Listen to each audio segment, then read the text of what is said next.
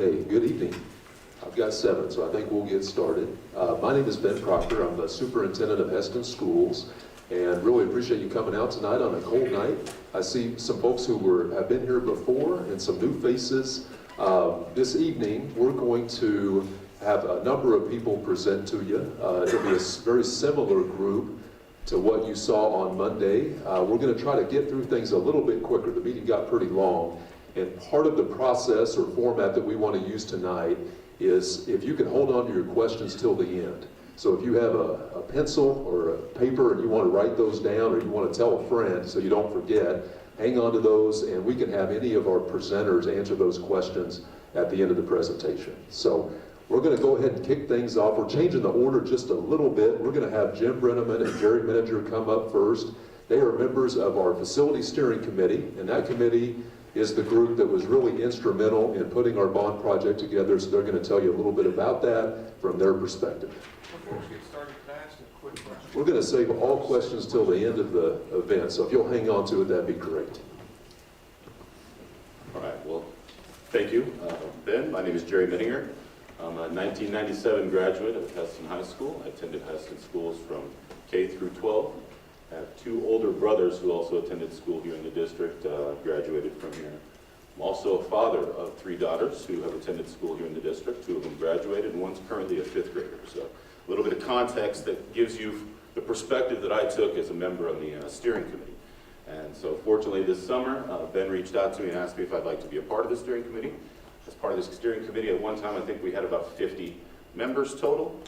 Those are different members from the community. There's faculty from each of the different buildings, as well as administration from the buildings as well, who represented the steering committee.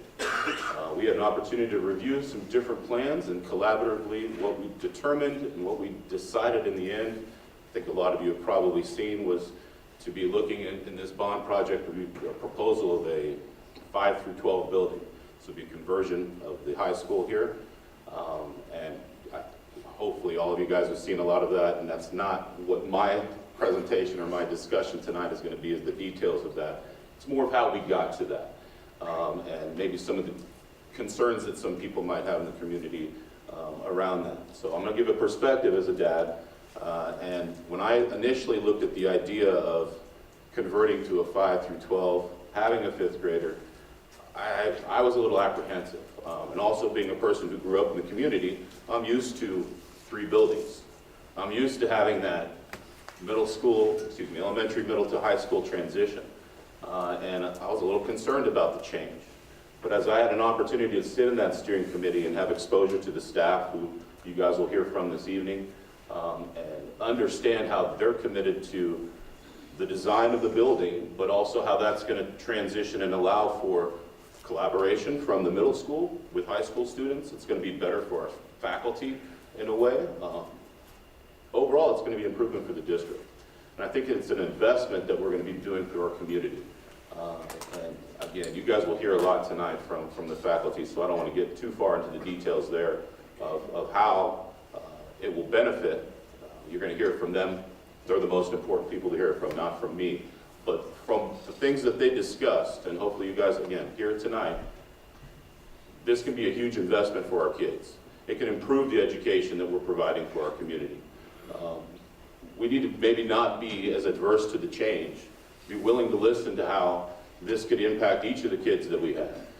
Yeah, my daughter's in 5th grade, and she's going to be a little bit older when this project would be completed, but I have been in the community.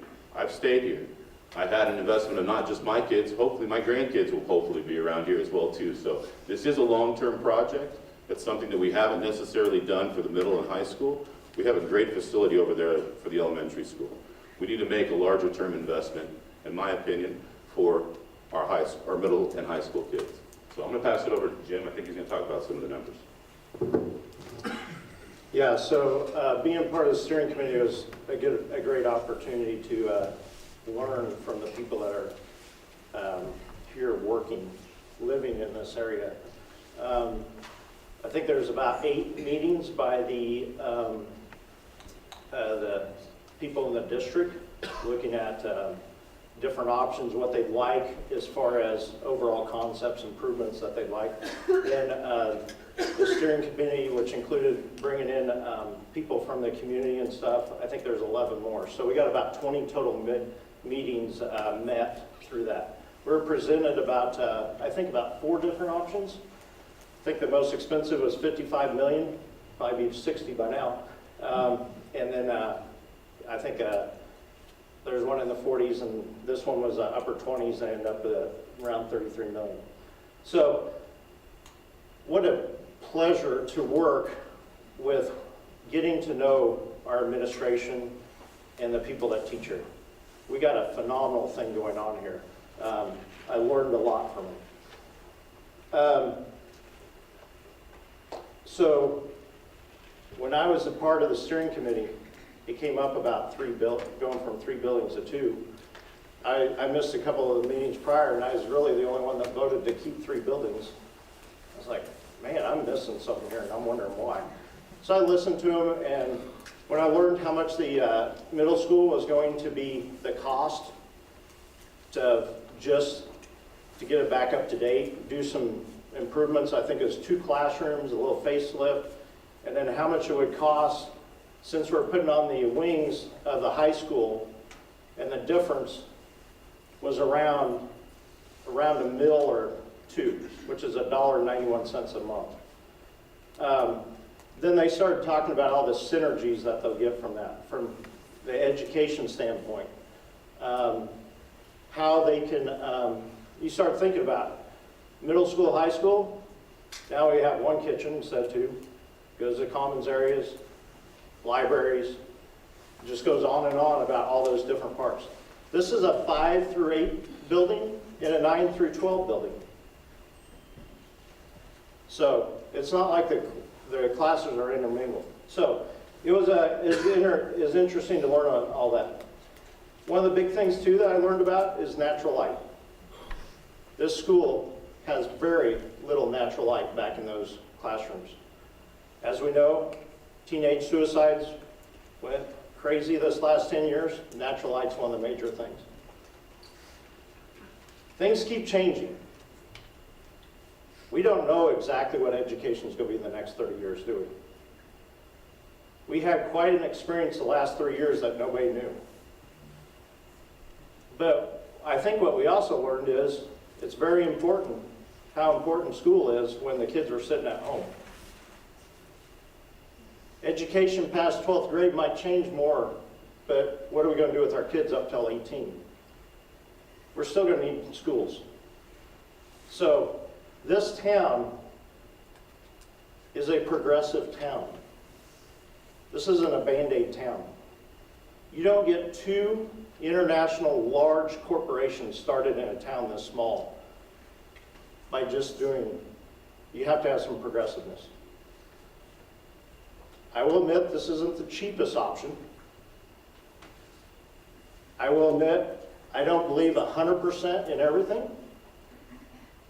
80% maybe, I don't know what that number is, but I believe in it enough that over what my personal preferences are, that this is very important for the community. We're progressive. The hexagon design was probably progressive 20 years ago, or I mean in the 60s. Might have backfired, huh? It's not a very good design today, is it? Things change. So how do we deal with that? Do we Band-Aid it, or do we make a change for it now? Buildings last. Obviously this one at 60 years or more. This isn't just about 30 years that we're putting this money into.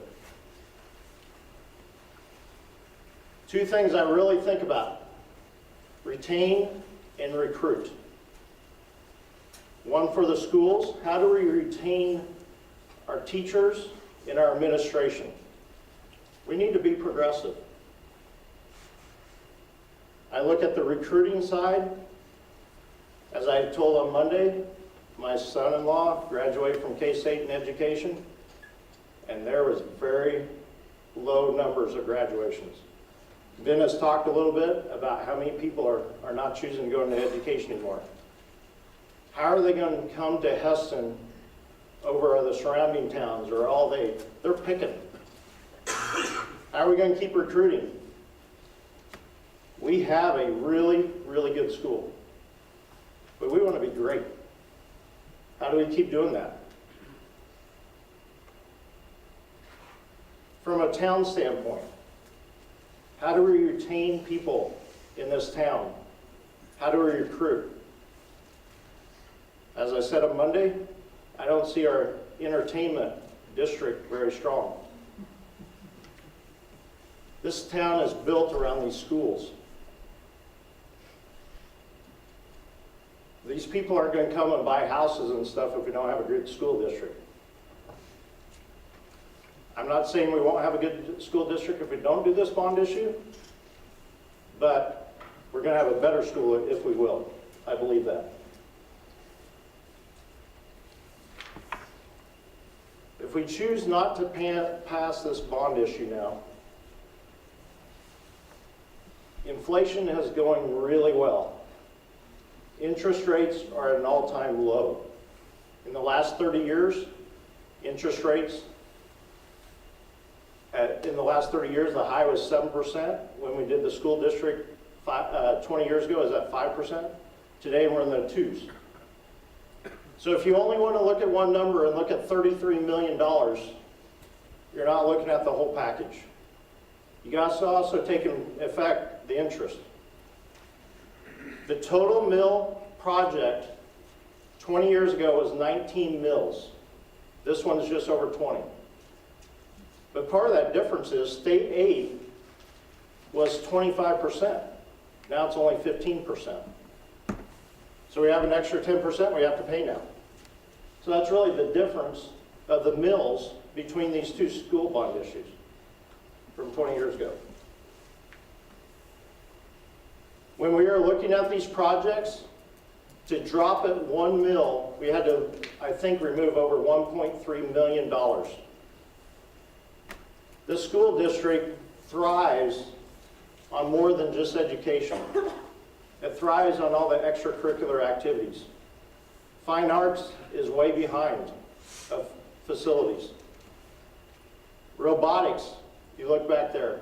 All these other things, we only think about sports. That's not the highest numbers of what people are involved in this district. But we're asking our fine arts people to perform in a gymnasium. I just would like for you guys to consider, you're going to consider how it affects you. You're going to look at your house value. $200,000 home over 20 years is going to be somewhere between $7,000 and $8,000. Is your house going to be worth more if we do the school bond issue, or will it be less? Think about value, not just dollars. What's that going to do for our school district? What's that going to do for our community? All these numbers play into this versus just looking at the total one number that's 33 million. Thank you, guys. We're going to have several of our staff members present. Mark Dalston is going to come up first. He's our longest tenured teacher, right? You have that crown. He's going to talk a little bit about the academic area. Many of you were able to tour the academic area of the high school. If you haven't done that, we'd love to have you do that even after the meeting here tonight. But Mark will tell you a little bit about that. Thank you. It's really good to see you all here. Appreciate you coming out tonight. As I look around the room, I see a lot of former students that I had. And if I didn't have you as a student, chances are pretty good that I had your kids at some point in my career. So, as Ben said, my name is Mark Dalston. I've been here 35 years. I teach in the math department, teach the upper level math, and also coach the boys and assist with the girls tennis team. So, anyway, the history of the building, just real briefly, the reason that the hexagons are the hexagons, as I understand it, is that when the building was built, it was built under what's called an open concept. So, and this was before I got here that this was actually true. Carl, you could probably speak to this better than I could, but as I understand it, when the building was built, there were not complete walls between each classroom. And yeah, Stan and Leanne, you may too as well. But my understanding is that, you know, you had classrooms and then there was maybe a 10-foot open space between one classroom and the next classroom, in each hexagon, in each pod, as we call them. By the time I got here 35 years ago, some of that had started to change. And there were some of those classrooms had been enclosed. For example, there was a bookshelf that was put up that separate in that open spot in the room that I teach in currently. That acted as the wall between, for those of you that have been here in the last 20 years, between Mr. Peters and my classroom. Okay, that bookshelf, if you remember that was in there already. But there were still rooms that were open. In fact, the room that I currently teach in was open when I started teaching in that room. And so what was happening was students were easily distracted, because here I am teaching, you know, this, and I'm sure many of you can attest to this, it was a wonderful lesson of, you know, trigonometry or whatever it might be. And then in the next room, you know, Mrs. Leffler, who was teaching Spanish. So you're getting this Spanish thing going on and you're getting trigonometry going on. So it was pretty distracting, I think, for students. And so then we started to kind of put some walls up that would separate the rooms and so on. But what happened in that regard was it created some individual space, and it allowed then for, you know, we didn't have the distractions quite as much, but it created some pretty wonky shaped rooms. Yes, I use the term wonky. They are, and some of you that have been back in that academic area, you can attest to that there's just some rooms that have some really odd shapes. Again, for example, the room I teach in has 8 walls. All right, and there's not a straight wall in there. I mean, they are very, very oddly shaped. Now, I have quite a bit of square footage in my room. There are other rooms where the square footage is very, very small, is much smaller, I should say, than mine. So we just created kind of some weird spaces back there when we did that. And we never really got to the point where we can access every single classroom without having to go through somebody else's classroom. There are certainly rooms in which that can happen, but there are a number of classrooms in which you have to go through somebody else's classroom or an office space in order to get to from one classroom to another. In fact, it happened to me today. I needed to talk to a colleague and was, in order to get to his room, had to go through a classroom to get there, and a teacher and a student were having thankfully they were just finishing up a fairly private conversation. But so you can imagine, you know, if students have to go to the bathroom, or just if you have a different lunch schedule, you know, it's not ideal. So anyway, that's what we've done through the years, is to try to put a Band-Aid on it, and so that's kind of what that area and that space is like. So as Ben said, if you haven't gone back there recently, I know some of you were here, you know, more than 20 years ago. If you haven't gone back there since you've been in high school, you might want to go back there, because it's changed quite a bit. So anyhow, the other thing, and I think Jim alluded to this, that is an issue, is there is very little natural light in the academic area. And I used this as an example the other night. I'll use it again. My own kids, involved in singers. We have kids that are involved in jazz band. Those are both courses, those are both things that happen before the actual school day starts. So they start at 7:15 in the morning. In the winter, they'll come to school, it's dark. My kids are involved in after-school activities as well during the winter. And so there are many days where they will come to school when it's dark, and they don't come home until after it's dark. And they don't get to see any light during the course of the day or not very much at least, because of the fact that there's not very much natural light back in the building. So another thing that I think is important to recognize probably as we think about this. Unfortunately, you got to talk a little bit about safety issues as well in the day and age that we live in. And because of the way the hallways are, you know, you go about 30 feet and then there's a corner, because it's a hexagon, right? So as teachers, when we're out in the hall and we're trying to supervise, it's very difficult for us to see more than about 30 feet. That's about our sight line.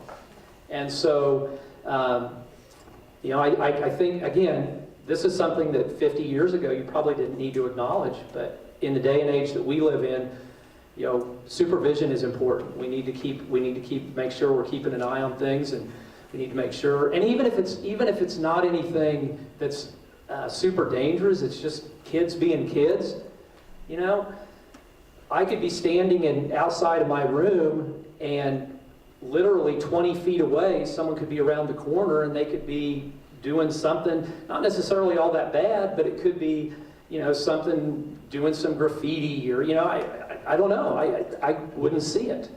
So the design of the building is a challenge, and of the current building is a challenge in many ways. So that's all I'm trying to say there. We have a lot of doors, outside doors, and access points as well, which during like a fire drill is probably a good thing, but you know, there's some disadvantages maybe to that as well, having so many access points into the building as well. And then it is a 50-year-old or 50-plus-year-old building, so there are just some infrastructure needs that will need to be addressed whether we pass the bond issue or not. And so, I mean, that's just the reality of being in a 50-year-old building with 50-year-old plumbing and 50-year-old electrical systems and so on. So it's just, that's just kind of the current state of where we're at, and I guess that's my part of the deal. So. Thank you, Mr. Dalston. So you'll see here in just a moment, many of you have seen kind of the concept that we're proposing as part of this bond. You'll see that, and Mr. Rhodes and Mr. Heinrichs will kind of show you how the layout of the building and everything will work, but the academic area was kind of a starting point for the discussion about this bond project, and Mr. Dalston kind of explained why that's been a little bit of problematic history there in that particular space. Another area that we're focused on as part of the bond project is our fine arts facilities and those programs. So we have two of our teachers, Mrs. Funk and Mr. Graverson, that are going to share a little bit about that. Mr. Bowerly is here. He does not teach fine arts, correct? Kind of the opposite. He's going to come up too. I'm going to have you go ahead and come up, and we're going to combine fine arts, because part of what we're proposing in this bond project is an addition that would include fine arts facilities and then a remodel that pertains to Mr. Bowerly and the weight room. So this is fun. I think I get to start off. I'm going to make the same joke I made on Monday, so I apologize if you have already heard this, but I'd be way more comfortable if you all had instruments in your hands and I was like leading you through a song. So this is a little outside my comfort zone, but what I really want to stress today, I would 100% stand behind what you've heard about how we've got an aging middle school that needs a lot of improvements. We need to address that issue. I could not agree more about needing to improve the academic area at the high school. I've been here 14 years, and if they change up where like a faculty meeting is going to be, I have to ask somebody where that room is, even though I've been here 14 years, because I can't always find my way around back there. But I actually think the part of this bond issue that excites me the most, and I think is in some ways the most important aspect of it, is the opportunities that it provides for students. So it's not just fixing physical buildings, it's about what it means for the students that are going to be coming through these schools for the next 30 years. And I think as you're looking at wanting to make the best investment of your tax dollars that you can, to me that's the best investment that you can make. We have great academics here, but I think a lot of the things that get students up in the morning are a lot of the things that they're involved with. And so one of the reasons, and I've got a list here to make sure I don't forget any of them, because there are a lot of them, this bond issue would create 2 new art rooms, a middle school art room and a high school art room, and a central hub area where the 2 academic wings come together. It would be a fantastic place to be able to show off those students' work. Obviously, I'll talk a little bit about the music facilities, including the auditorium, but that would also create a place for all our theater students to perform in a better atmosphere. Redoing the academic area creates space to then do a new robotics room for a program that is just exploding. It's doing so well, and it's created a program that kids are super excited to come to school about. By moving the robotics, you can increase the shop area. and offer more things for students that thrive in that area. The audiovisual program will get an updated facility, and I know a lot of people have really appreciated the Swather Sports Network and everything it's provided, especially since COVID came into our lives. It also allows for a remodel and expanding of the pit stop area where kids get firsthand kind of business and retail experience, and then obviously the music facilities, which I'll touch on briefly here. And so I think those opportunities, a lot of times, along with our great sports programs, oh, and I should also mention, by renovating this area, it creates the weight room space that Mr. Bowerly will talk to you about, so that's another benefit as well. But to me, those are the things that get kids up out of bed in the morning and wanting to come to school. You know, it's great that we have great test scores, it's great that we have great graduation rates, but I don't think anybody goes, I can't wait to get up and go make sure our graduation rate stays high. Like, they get excited to come to school because about the programs. And then at the risk of being self-indulgent, just to kind of update you on kind of the need specifically for our music programs, which obviously I have first-hand knowledge of. Our band rooms are pretty dated at both schools. If you went to school here a long time ago and were in band and you walk into those rooms, it's kind of like, hey, this is just like when I was here. The middle school band room has several issues with some flooding, whether it's coming up from underneath or the emergency exit stairs will sometimes back up with water and it'll run into the band room. There's a couple big AC units in there because it's not part of the central air system, and sometimes those malfunction and leak water down onto my percussion section, so things like that. And no, we affectionately call it the dungeon because it's down in the basement and there's no light, natural light in there as well. And then after we're done here, if you want to take a look at our high school band room, it's right back behind us here. It is the backstage area for our stage. Again, just very dated. The choir room that we call the choir now meets in what we still kind of call the band room, because the smaller choir room, it is very small. Maybe the most dated room in this building if you've never been back there, and there's even now some like mold mildew situation on the ceiling back there, so you can kind of see that.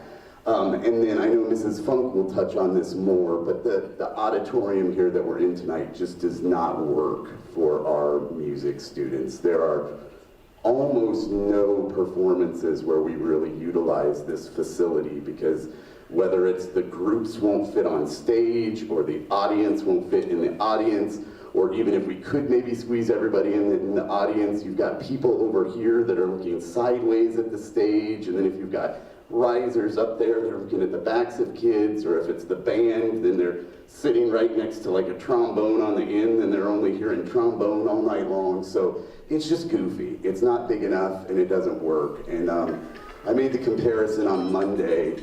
Can we have concerts in the gym? Yeah, we can. Our varsity football team could hold their varsity games on a soccer field, and people could bring lawn chairs and watch them, but that's not the atmosphere our football team deserves, and we just don't feel like our fine arts students deserve to have all their performances in a place that will just kind of make it work kind of thing. So Mrs. Funk's going to talk a little bit more about that, specifically with the elementary program, and so I'll just kind of segue over to her. My name is Diana Funk, and I'm the elementary music teacher. I teach grades kindergarten through 4th. And our only current option for hosting the elementary program is the high school gymnasium. And that space is very difficult to convert into a theater. It lacks stage lighting, acoustics, even a sound system that's feasible for a program like that. So it's a really tough place to perform in, and it's costly each year because we do attempt to convert it. An even bigger issue, though, is scheduling. Finding a time when the elementary program can happen without affecting a lot of other activities in the district is a big issue. Of course, the gym is hosting all of the practices, the regular game nights, tournaments, but then, like we've mentioned, we've already added many beneficial activities to our high school, such as robotics, and those tournaments, for example, are hosted there as well.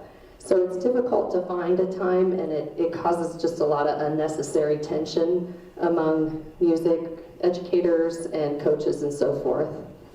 As Lyle already mentioned, our existing stage here is not even able to have one grade level from the elementary perform.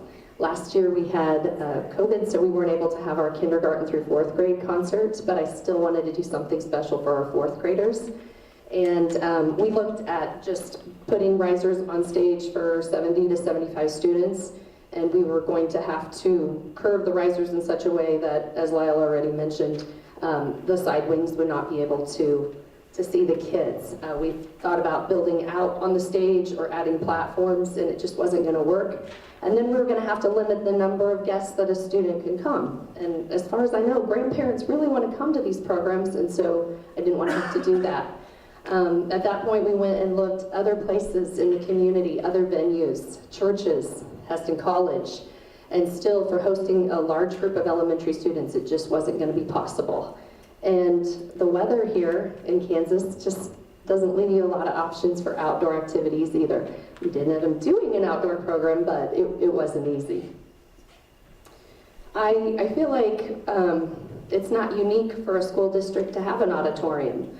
It's kind of the standard for a school district our size to have a nice space for kids to perform. They deserve it. Whether they're elementary students, middle or high school, they deserve to be on a stage. We're not asking for something above and beyond. It's just a place where students can demonstrate what we teach them in our fine arts curriculum. Our fine arts curriculum is pushing kids to be well-rounded students, and I think performing on the stage is part of that. Part of our standards are performance. Performance can look a lot of different ways, but I think kids deserve to perform on a stage. I think that the auditorium would be a great place also for other community events. Looking at Hesston College, Bethel College, other community events could perform on that stage as well. A big part of the elementary program is community. The slogan for our program has been community, music, tradition. We print it on the program, we put it in the PowerPoint, and we write it into the script of our show. We're very intentional about including middle school students, high school students, and community members right into our performance, and we want to be able to continue to do that. My goal as a music educator is to get kids excited about music in the younger years, to get them thinking about performing. I've had kids come back year after year and say, oh, that one show was my favorite, or I really like that genre, or I can't believe I got up and sang in front of that many people. So those shows do leave memories. Kids come back and tell stories about it. It's kind of fun. We create the ambiance the best that we can in our high school gym, but we could do it better. It could be better. And by having an auditorium, it would give us an opportunity to take it to the next level, where kids would actually have the opportunity to perform on a stage. I forgot one other thing before I hand it over to Mr. Bowerly. Next Wednesday, the band is going to Tabor for our League Music Festival, and we will be performing songs for a panel of judges and getting rated on how they perform. And for my kids, that'll be the first time this year, and actually because of COVID, the first time in several years, they've been on a real stage under the lights.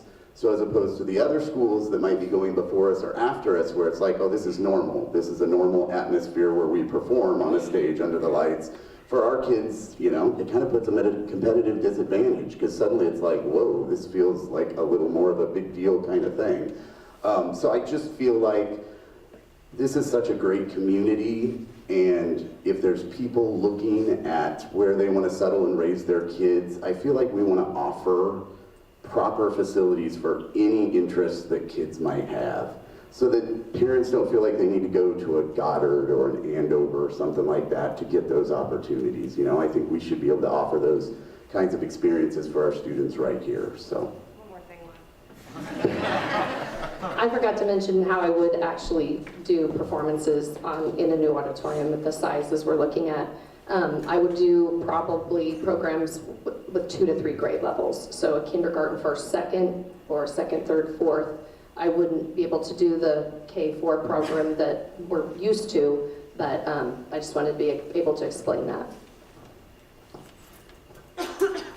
Good evening, my name is Tyson Bowerly, and I am the PE health teacher here at the high school. I'm a high school football coach, I am a middle school track coach, and I'm in charge of all of our high school and middle school training sessions that we have over the summer months. And as stated already, one of the cool things about the new Fine Arts Center is the fact that we would be able to move the weight room from its current location, which is underneath the north side of the bleachers in the football stadium, to inside the building. And I think there are some major advantages to that that I'll go over. But first of all, it's kind of interesting when you start talking about classrooms and the idea of teaching. And I consider myself a teacher first, and my classroom just happens to be in the weight room. And two major differences between my classroom and everybody else's classroom is one, it's away from the high school building. It's the only classroom that's away from the high school building. And two, it gets used all year round. In fact, 46 weeks out of the year, we have organized sessions in our weight room. So there's a few things that I kind of want to go over before I talk about the limitations. I don't think I did a very good job on Monday of explaining how large our programs are with pure number of kids that attend. I mean, this bond project has opportunities for a lot of kids, and we offer a lot of opportunities for a lot of kids within our weight room. So I just want to spend a little bit of time on that before I go over the limitations, because that'll help us understand the size and space issue that we have. So during the school year, we offer 4 personal fitness classes for the high school focused on mobility, speed, power, and strength. And they average around 20 right now, 20 kids per class. A few years ago, we only had 3 classes, and we've been able to grow, so now we have 4 classes. In addition to during the school day, the 4 classes that we offer, we also offer morning sessions, Monday, Wednesday, Friday, and that's offered grades 7 through 12, not just 9 through 12. So I have middle school kids coming in. I have a lot of middle school kids coming in the mornings 3 times a week before school. I apologize to the middle school teachers when we're done. I definitely shall. But we have 15 to 25 kids coming in throughout the year, 3 times a week before school. After school, training sessions are offered in the fall through Coach Richardson with a lot of his basketball players, and a lot of the players that aren't involved in fall sport. And they average 12 to 15 during that session. I also offer sessions in the winter months after school 3 times a week as well. So we have a lot of kids coming through. In fact, we have over 100 kids per day coming through the weight room, grades 7 through 12. In the summer months, that's when we really have a lot of kids coming through. And it's a really cool situation. We offer 4 sessions throughout the summer months. One session is for high school males, another session is for high school females, another session is for middle school males, and then the last session, the 4th session, is for middle school females. Just to kind of, I don't want to throw a bunch of stats at you, but just to kind of go over the growth. The summer of 2017 was my first summer here, and we averaged 86 kids per day in the summer of 2017. Last summer, we averaged 127 kids per day, which is over 41 kids in just 5 years. Just to kind of break some things down, our high school males averaged 45, high school females averaged 26, middle school males averaged 36, middle school females averaged 20. It's important to remember that those were averages, and the month of June is very, very busy in the morning with the weight room. Some of the highs of attendance during those sessions where we hit 57 high school males a couple times in the month of June. We had 41 high school females in the month of June. We had 52 middle school males in the month of June a couple times in the sessions. Being in a small space with 52 middle school males will change your life. So, yeah, I'll go over a picture in a second, but 52, we hit that a couple times, and then middle school females was, let me double check, 27, okay? When we talk about overall kids, the total number of kids that we impact throughout the summer months, we had over 180 different kids come to at least 3 sessions last summer. If we talk about the size of programs, averaging 127, that's a very large program. Being able to move from the stadium in here will address 2 of the limitations that we have. The first limitation is the location. Now, for my classes, I see my classes in a regular 5-day school week. I see my classes 4 times.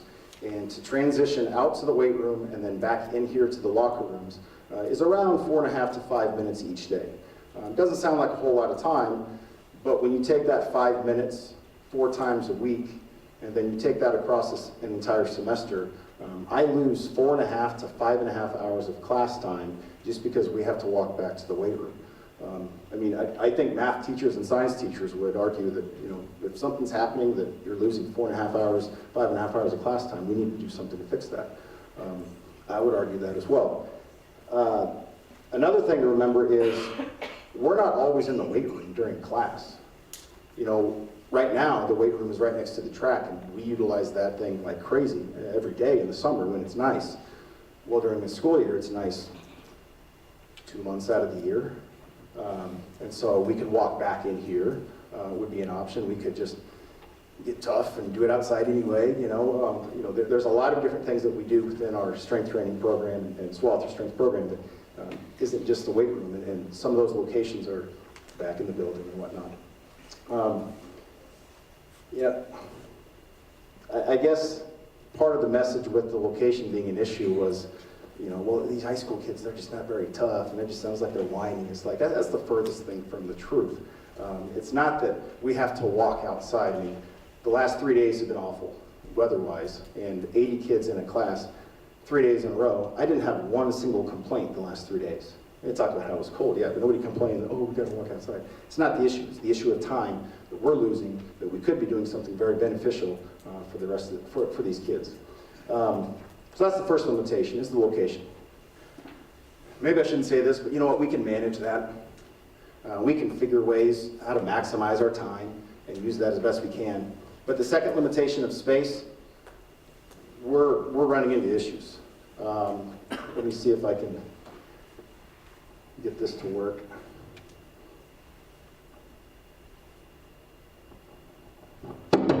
Sorry.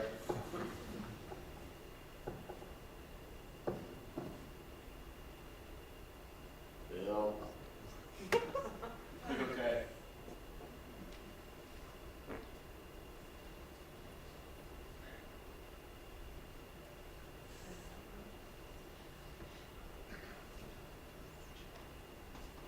Okay, so I can control VMAX Pro bar sensors and figure out meters per second on a bar, but I can't figure out Google Slides. That's okay. So just a few things about our current weight room. And I did the best I could with trying to create some sort of image. And again, I would encourage anybody to come tour the weight room. You know, a lot of us toured the academic facilities, which was great. I had 2 people come tour the weight room. And it would be nice for people to see it. You know, the first thing you're going to do is you're going to walk in and be like, oh man, this is a nice space. And then I'll say, okay, picture 20 kids, picture 30 kids, picture 40 kids in there, and tell me how we can manage some of the space here. So the entrance is right here, and then kind of just showing some things that I want to point out. The main floor that would be this kind of main rectangle space right there is around 2,500 square feet. It's actually like 2,448 and a half. That is really the only usable space that we have during training sessions. There is a little cutout over here that I shaded. The issue with that is right underneath the bleachers in the football stadium. So there's 3 beams right there that are in the way. And then where the beams are, the floor starts to slant, or the ceiling starts to slant straight down. When I take 3 steps into that and reach up, I'm hitting the light fixtures with my hand. And then the ceiling continues to slant to about chest level. So the only way that we can use that space is really for storage. But we have to use that space in 2 of the 4 current classes that we have because we don't have enough racks for everybody to be able to utilize. So we do have groups kind of squeezed in rack number 10 right there. So again, we have about 375 square feet of space technically in that cutout, or whatever you want to call it, but it's really not used. We just really can't use it. I think worth noting is my personal fitness classes are offered for freshmen through seniors during the day at the high school. It's not, I don't have like advanced personal fitness classes. I don't have introductory personal fitness classes. So the recommendation for weight room sizes is 100 square feet per participant. We have 2,500. We have more than 25 kids in there in the summertime. That number though goes up with the lower training ages of kids. And so in my classes, I'll have a couple freshmen that are brand new to weight training, even a couple sophomores that have never done it. They need more space than a senior who's been training with their classmates since their 7th or 8th grade year. So that 100 square foot number, you can kind of throw that out with our personal fitness classes, because we're a very mixed group with our classes. So I don't know, I would just encourage a lot of people to tour the weight room afterward. I'll be there when this is over, to answer any questions or things like that. Just to kind of wrap the limitations that we have up and then kind of talk about the solutions. One other major limitation that we have in the weight room is our floor. 15 years ago when it was transferred from a locker room to a weight room, the rubber floor mats are great for a temporary solution, but not really for a long-term solution. And in fact, in racks 1 and 2, which used to be showers, the floor slants. And so if you're doing anything with a barbell on the floor, when you let go of it, when you move on to something else, it will roll all the way into the rack, which if you have 42, 52, 32 kids in there, they're not paying attention. Well, now they have weights rolling into their ankles or rolling over their foot or something like that. So the floor is an issue. Now, I don't want to sound like I'm standing up here and just whining about stuff, because I'm not. With the support of our administration and our sport coaches, we've been able to grow our programs to really positive levels for our size of school. And I bragged on Les last time too. Whatever he did with the heater, this is the first time in 5 years that the heater has stayed up with the temperatures. I told him before, if we would have experienced the last 3 days of temperatures 2 years ago when the heater stops working, I would have been stubborn one day and be like, all right, we're going to tough through it and whatever. By the third day, it would have been 42 in there, 44 maybe. It's cold. And Les is magic. It's keeping up, so that's awesome. So I'm a solutions-based guy, I guess I would consider myself, and I really feel like this bond project is a solutions-based bond project for the limitations that we have with location and space in the weight room. The weight room would be in this general area. Right now it's 3,770 square feet, with the ability to make that larger by moving a couple locker room locations. So we can change the location, we can add space, we can be closer to locker rooms, we can be closer to gyms. We wouldn't have to worry about the weather for all of our other athletic development things that we do. And I really think it would be a positive addition for the number of students that we serve. I guess just to wrap things up, again, I think I've said that like 3 times.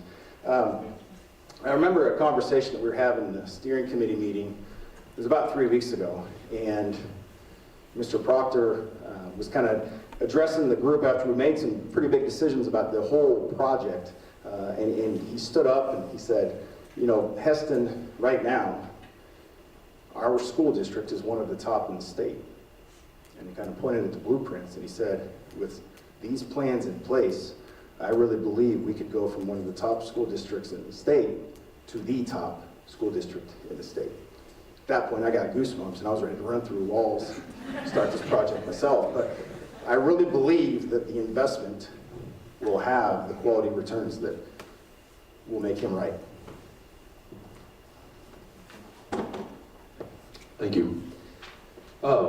We're going to show you, many of you have seen the layout of the building. We're going to show you that here in just a minute, but we're going to do that in the context of a conversation that we want to have about this idea of moving middle school kids to the high school building, and having that 5-8, as Mr. Brenneman said, 5-8 and 9-12 building. We have a special guest, if she's still here. Hillary, are you still here somewhere? Okay.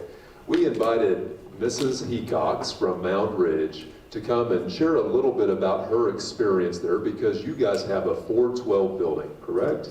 So we wanted, I can tell you, accounts from school districts that I've reached out to that have different configurations, whether it's 712, which is very common in school districts our size, 612, 512, 412 for them, which is very unique, K12 as well. But I thought, let's bring somebody in who experiences that every day and who can talk, and I haven't told you anything to say, right? So I don't know if you're going to say good things or bad things, but somebody who experiences that every day and just how that works in Mound Ridge just up the road. Well, thank you guys for having me here. You're probably like, why are we inviting people from Mountain Ridge to our community now? But we just went through this process. Sorry, I usually can project much better than this, but my throat is not doing too well. So I will do the best that I can. But first I want to just start with a few things, because since we just went through this process ourselves, I just want to value all the people in the audience, because they're having community member meetings because they value the town's contribution to the school, all right? They value your contribution to their school, to the youth, and then to their town's future, okay? So it's people like you that want to be here and want to be educated that are the building blocks for your town's future. So thank you for that. I've been taking some notes, but I am going to try to take you through some positives. I will give you some negatives just so you don't think that I've been paid to be here. Okay, there are some negatives, and I'll give those to you as well. And then I'll just give you some synopsises of what some of our kids said as well. I asked them today, I was subbing in a few classrooms, because as you know, we can't ever find enough subs these days. So I was with some 6th graders, and I asked them a few questions. So I asked the 6th graders, so they don't even know any different, I'll just tell you that, okay? Because we're a 412 building.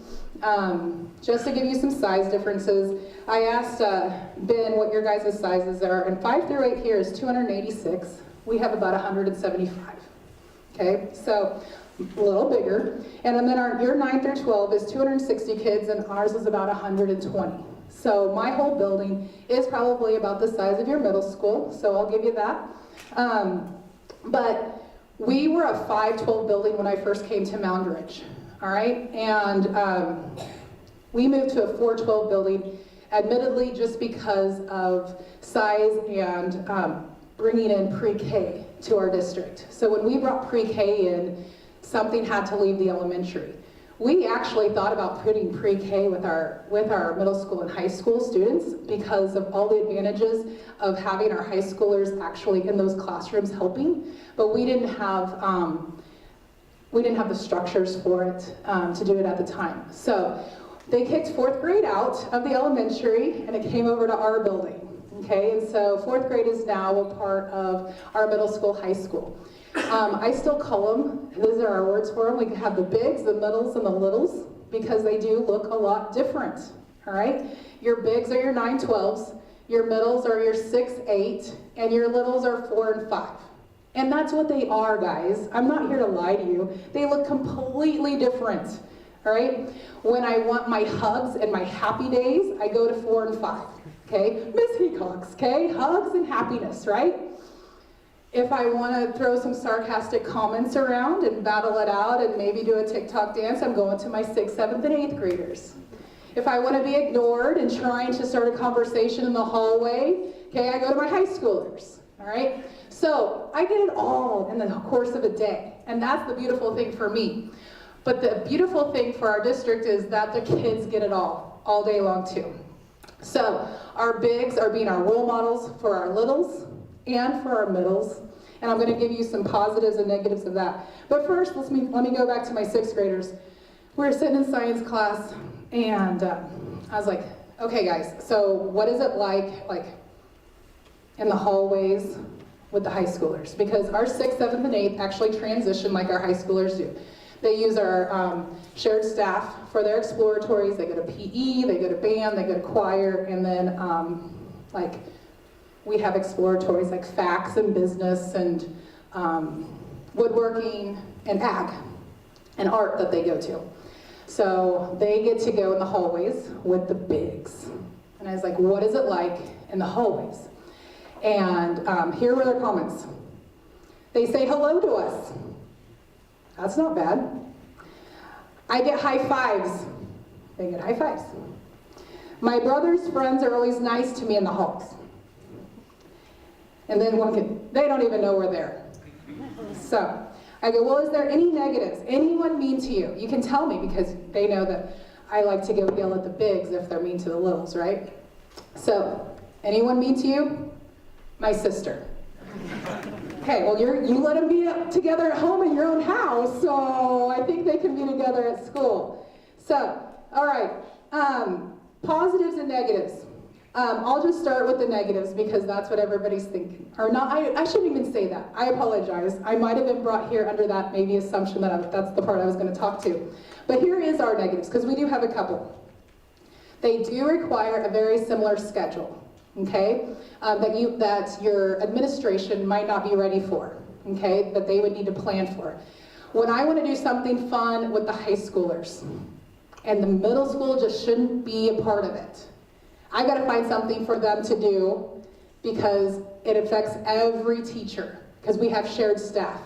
So if I take out third hour or something like that, I gotta take out third hour for my middle school too, or I've gotta find something for them to do. So that does cause a little bit of a rift. If high school is doing a testing day, ACT, work keys, state assessments, well, what do my middle schoolers do?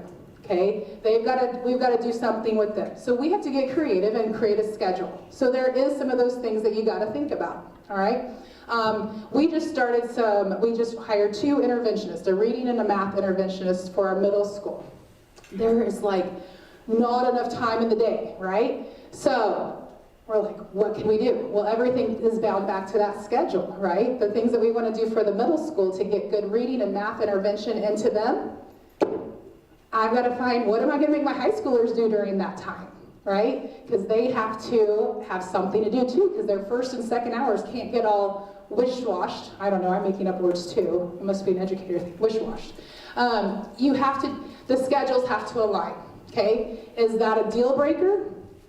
I've been there 7 years and we found a way to do it, but it is something new that they'll have to think about, okay? As well as the teachers and the flexibility between the middle school and the high school staff.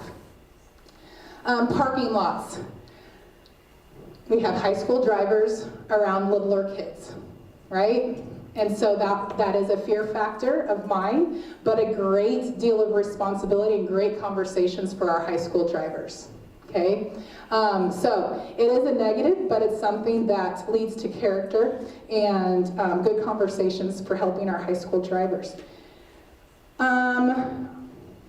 The other 2 I will do as a counter to the positives. Okay, so positives. I just talked about interventionists.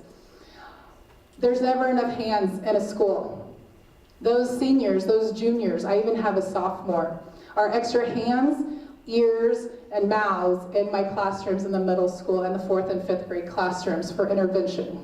Okay, I even have a 10th grader who is helping in our 4th and 5th grade classrooms because they have mastered their reading intervention, so now they are teaching the 4th and 5th. So they are practicing their reading intervention by teaching the younger kids. So that is an opportunity for our olders to have some good value in what we're doing every day as the educators.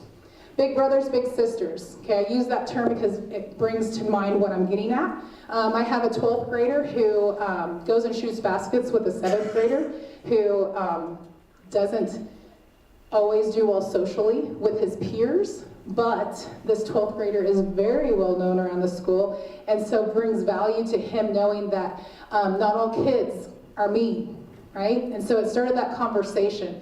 And so the big kids can help the youngers learn how to mediate between their peers and develop those relationships.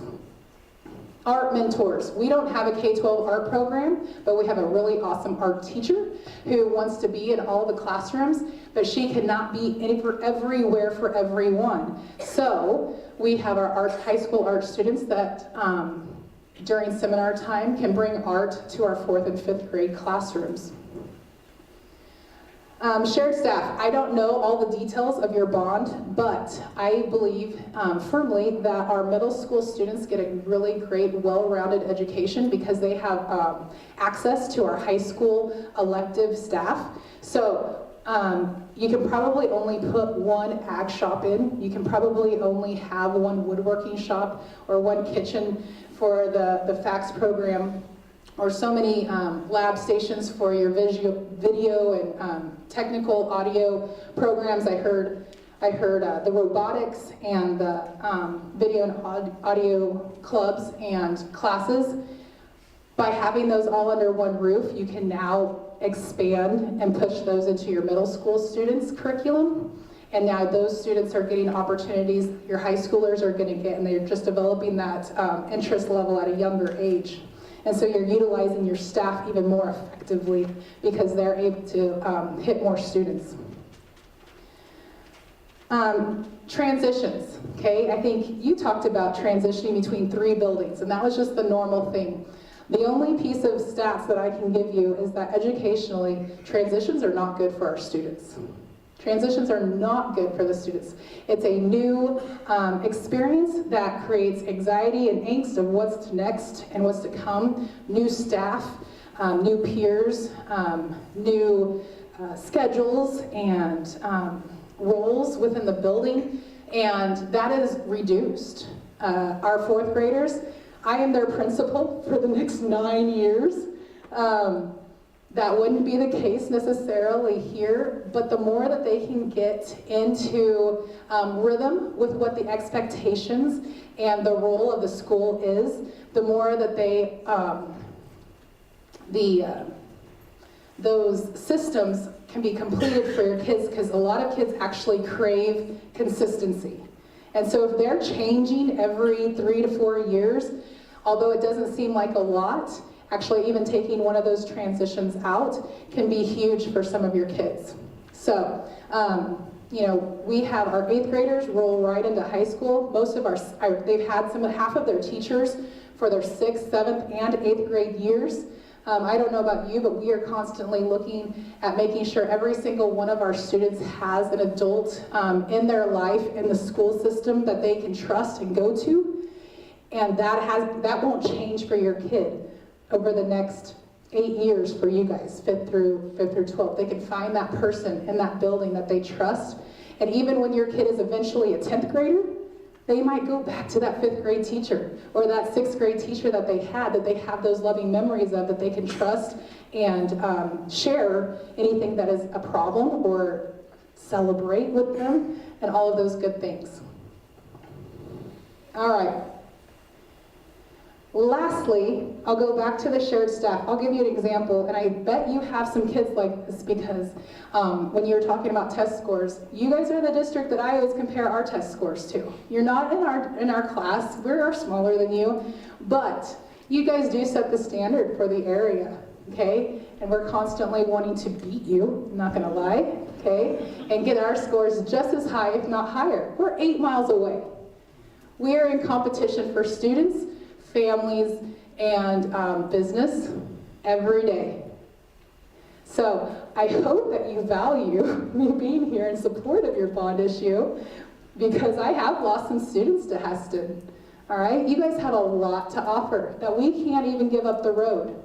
All right, but what we give is a culture of love and support for our students, and I think that's what you're trying to create here. It's not that you don't have it, but you have a community that is ready to embrace the next stage of education for your students and for your community, and they only want what's best for their kids. So I will tell you this, we are a similar district and a community. We both value character and our values, and our kids are just little versions of you. So when you fear, or when there could be a wonder in your head of, what would a 5th grader do with a high schooler? Put yourself in your shoes of you having that high schooler. What would you hope that your high schooler does or interacts with those 5th or 6th graders? Would it be a positive interaction?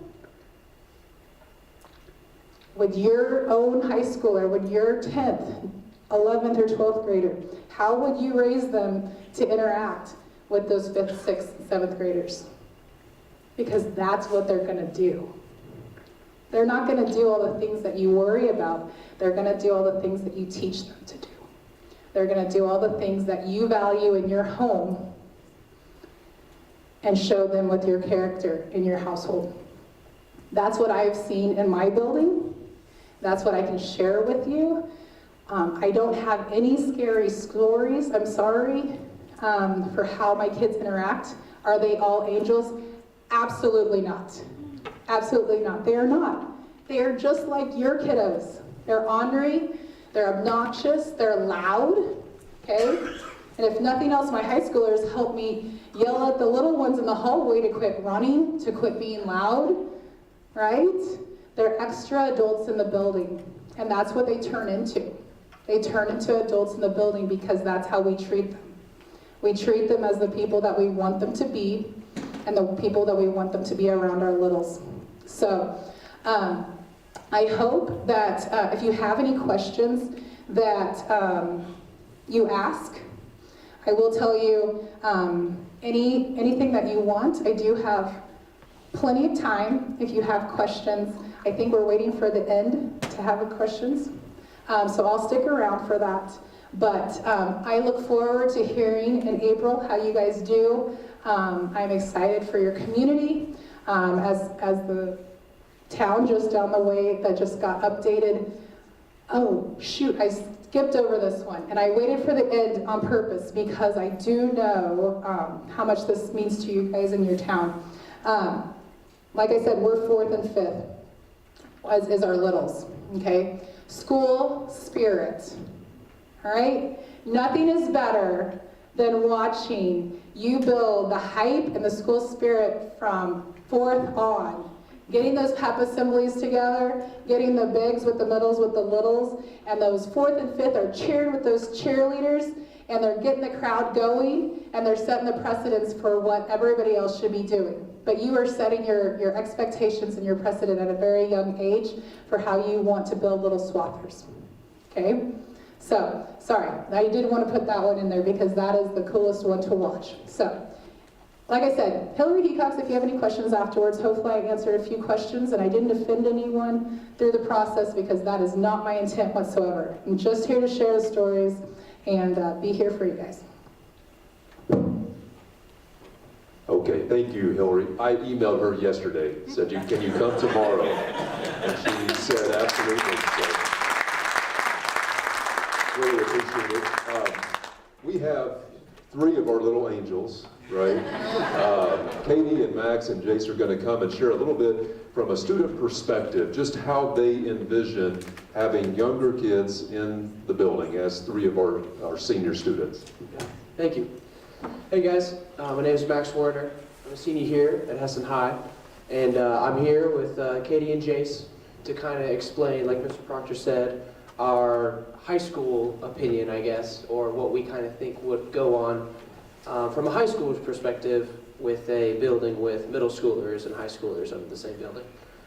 So, being a high schooler already, throughout my 4 years here, I've already been able to see middle schoolers pretty often, pretty regularly. I'm a 3-sport athlete, so I see them in sports pretty often. This football season, we practice with the 7th and 8th graders on the same football field. We'll warm up, everything like that. We're not going to do the same drills, I'm not going to be checking little kids on the ground.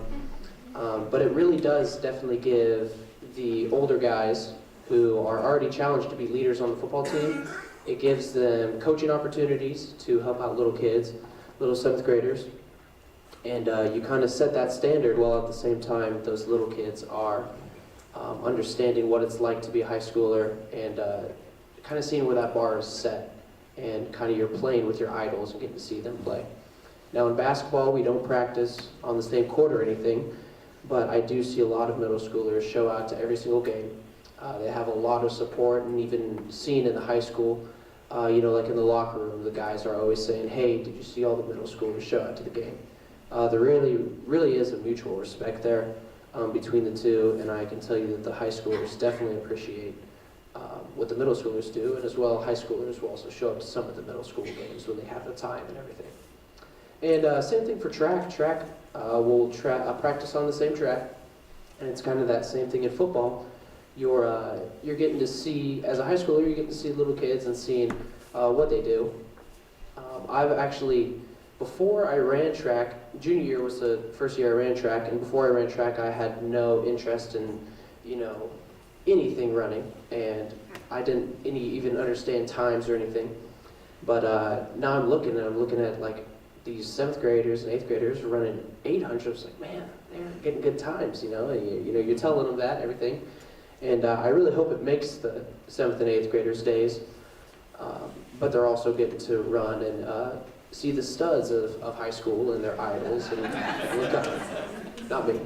But I also go to the middle school pretty often, just throughout my schedule this senior year because I'm a teacher aide. I aide for Mrs. Ferralis at the middle school, and she is the PE teacher. So most days have to do homework and paperwork and stuff like that. I'm very lucky because I get to play little middle school PE games, and that makes me feel like a stud sometimes. But no, it's really fun, and those middle schoolers are very respectable to people at that higher level, and at the same time, it's very easy to be respectful to middle schoolers. I also go to the middle school a couple times a week. I went this morning to go help out Mrs. Taves. I'll speak to 6th graders or really do whatever she needs. So basically wrapping up from my end, I do see middle schoolers a lot, and I see a lot of interactions from high schoolers to middle schoolers, and I think it is all very positive. High schoolers really don't have the time or the effort sometimes to go out and ruin a little kid's day. I don't think that's ever really something that they're hoping to do when they wake up in the morning. If they're going to react for anything, they're going to go out of their way and they're going to do something to make a little kid's day. Like Principal Hilcox said, say hi in the hallways or hold open a door or something like that. But I do really believe that the high schoolers' interaction with the middle schoolers is very positive. That's really all I have to say. I'll pass it on to Katie to see what she has to say. Hi everyone, I'm Katie Keeker, and I'm a senior here at Hesston High School. When I heard about the Bond Project originally, I started thinking, what would it be like if that was right now? Like if I was going to high school with these middle schoolers. And then I realized that my little brother, who I think of as my baby brother, in reality he's now a teenager, he's in 7th grade, but he'll always be a little brother to me. He'd be going to school with me. And then I started thinking about how I know there's some people that are worried that the seniors might bully those 7th graders or they're going to be mean to those 5th graders. And I'm very protective of my little brother. And I realized that if I thought that that was true, if I thought that a high schooler would say anything inappropriate to my little brother or be mean to him in any way, then I would not stand up here and I would not advocate for this bond project because that's very important to me. But honestly, I think that every single high schooler at Hesston is a good role model to those middle schoolers because that's what we're taught from a young age. Starting in 5th grade, we're taught how to be leaders, how to be role models to younger kids, how to interact with people in our community. And so I really honestly don't think that would be an issue. From all the interactions I've seen, we've done what we've been taught, how to be good leaders, so. Hey, my name is Jace Regier, and on Monday I talked a little bit about my experience on the golf team with middle schoolers and how that's gone over the past two or 3 years. And I've really been pretty pleased with how that's turned out. It's cool to see on a practice someday, Grady Balls will send us out with a middle schooler, so it'll be 3 varsity players and a middle school player. And that is really cool to see because you can see the middle school player looking up to us and thinking, I want to be like them, I want to play like they play, so it's a good leadership opportunity. But from an academic standpoint, I think middle schoolers need direction, and I believe that a mentorship type program or just having both students under both middle school and high school students under the same roof would be extremely beneficial because it makes them more passionate and excited to learn. So. But it also makes the high schoolers more excited to learn, more excited to come to school every day and lead a middle school student that they otherwise might not have had the opportunity to. But it also creates opportunities for middle school students to get to know their high school teachers. Instead of going from the middle school building to the high school building and not knowing any adults and kind of having that culture shock, you kind of have a feel for how it's going to be. So that makes the transition a little bit better.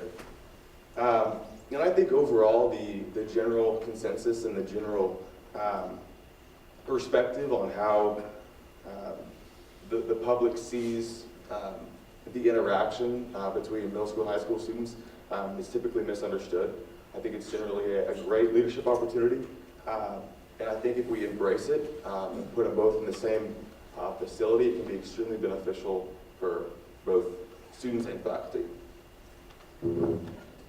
Thank you guys very much. Appreciate it. We're going to continue on this topic and have Mr. Heinrichs, Mr. Rhodes, Mr. Ruerts, and Mr. Graverson's going to come back up and talk a little bit about, just from a staff perspective, other benefits that we see to 5, 8, and 9, 12 under one roof. And when they're done, I'm going to share a few specific things to address some common concerns that we're hearing and take plenty of time for questions. So they're going to speed through this a little bit. They've got some points they want to make, and then we'll hit on a few items that I know are on a lot of people's minds and take time for your questions. Okay. You've already heard from me tonight, so I'll try and keep this quick. I wanted to say just a little bit, though, about, I'm one of the, I would say, fortunate teachers in the district. There's only a few of us that work with 5th through 12th grade every single day. So as the district's only band teacher, I start them in 5th grade as beginners, and I have them all the way through seniors, which is a really cool experience. And I think one of the pluses of this program is that more teachers will get to know students for a full 8 years as opposed to maybe just 4. But then also what I get to see is kind of the natural maturity development of the different age groups. And obviously I'm stereotyping, and every kid is a little bit different, but my 5th and 6th graders are definitely a little bit more of a younger type age group. They don't feel similar to high schoolers at that age. Then somewhere around 7th grade, up through, I would say, maybe about freshman year, there's kind of this weird, we know we're not kids anymore, and so we're going to try and act like we're adults, but we don't quite have the maturity to pull that off, and there's maybe some hormone things going on. And so it's kind of an awkward time, I think, for everybody at that age. And then what you see as they progress, sophomore, junior, seniors, you really do see them turn into more like mature young adults. I mean, you just saw 3 great examples of that up here. And so just the one thing that I kind of want to stress is that the middle school has this great RS program and 8th grade leader program, where the 8th graders get these great leadership opportunities, and they've been so successful at it that other school districts come and try and model what we do here. And as someone that works with 5th through 12th, if we can use 8th graders at that kind of awkward age and have these great leadership experiences, then the opportunities to do that same thing with seniors and juniors who are even significantly more mature and more capable of being leaders, it's nothing but a positive in my eyes. As someone that works with those age groups every day, again, like others have said, I'm not concerned about combining the buildings. If anything, I'm really excited about it. So. Thanks a lot. For those of you that may not know who I am, I'm Shannon Ruerts, and I'm a 7th and 8th grade teacher with the middle school. This is my 21st year in the district, and I have three kids that are going to school currently. I have a junior here at the high school, and then I've got an 8th grader and a 6th grader as well. And I'm basically just going to kind of highlight a few of perspectives from middle school staff members and kind of how the transition has happened up until this point. We started this conversation about 15 months ago, and conversations between staff members at each of the buildings, with administration, with building leadership teams, and all of our conversations initially started with the idea that we were going to make changes or renovations within each of the 3 buildings. And we had a district leadership team meeting one afternoon, and in that meeting there was a little bit of talk of some different grade level configurations. And we went through the gamut, everything from 7-12 to 5-12. I mean, we had all kinds of different configurations out there. And there really wasn't a lot of maybe strongholds on any of those. They were just concepts at that particular point in time. And once we started having steering committee meetings, those conversations continued at that point.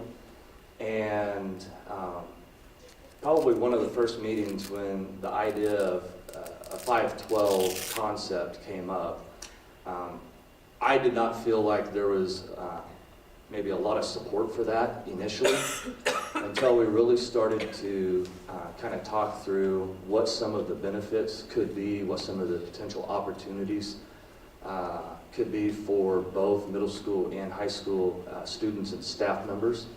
And so as that conversation had continued from that point, I can tell you, and I'm speaking on behalf of the middle school teachers right now, and we are super excited about the opportunity to move over here and join the high school under one roof for a lot of different reasons. In our conversations among staff members, we see a lot of different opportunities that might present not only our students but our staff as well. Opportunities for the future that would include maybe some new programs or some potential classes that our middle school kids would be integrated into or have the opportunity to take, just being under one roof. And that would include just having access to resources that we currently don't have, and space. Space is always huge. You can never have enough space, regardless of what the situation is. Lyle hit on our RS program, which is an advisory group. We meet 5th graders through 8th graders every morning for 20 minutes right now. It is the very best thing that we do in the middle school. Hands down, very best thing that we do in the middle school. I personally think that could be better if we transition that over to the high school. I don't know what that would look like right now, but our high school kids touched on it. Lyle touched on it a little bit. I think there's some opportunities for our high school kids to be mentors to our middle school kids as well. I think there could be a lot of collaboration that takes place. And not only from the student standpoint, but from the teacher standpoint. I don't get to see high school teachers very often unless it's a school improvement day and we're doing something district-wide. Being under one roof, we would have access to each other, which just creates more conversation around instruction, and that is a huge benefit for us as staff members.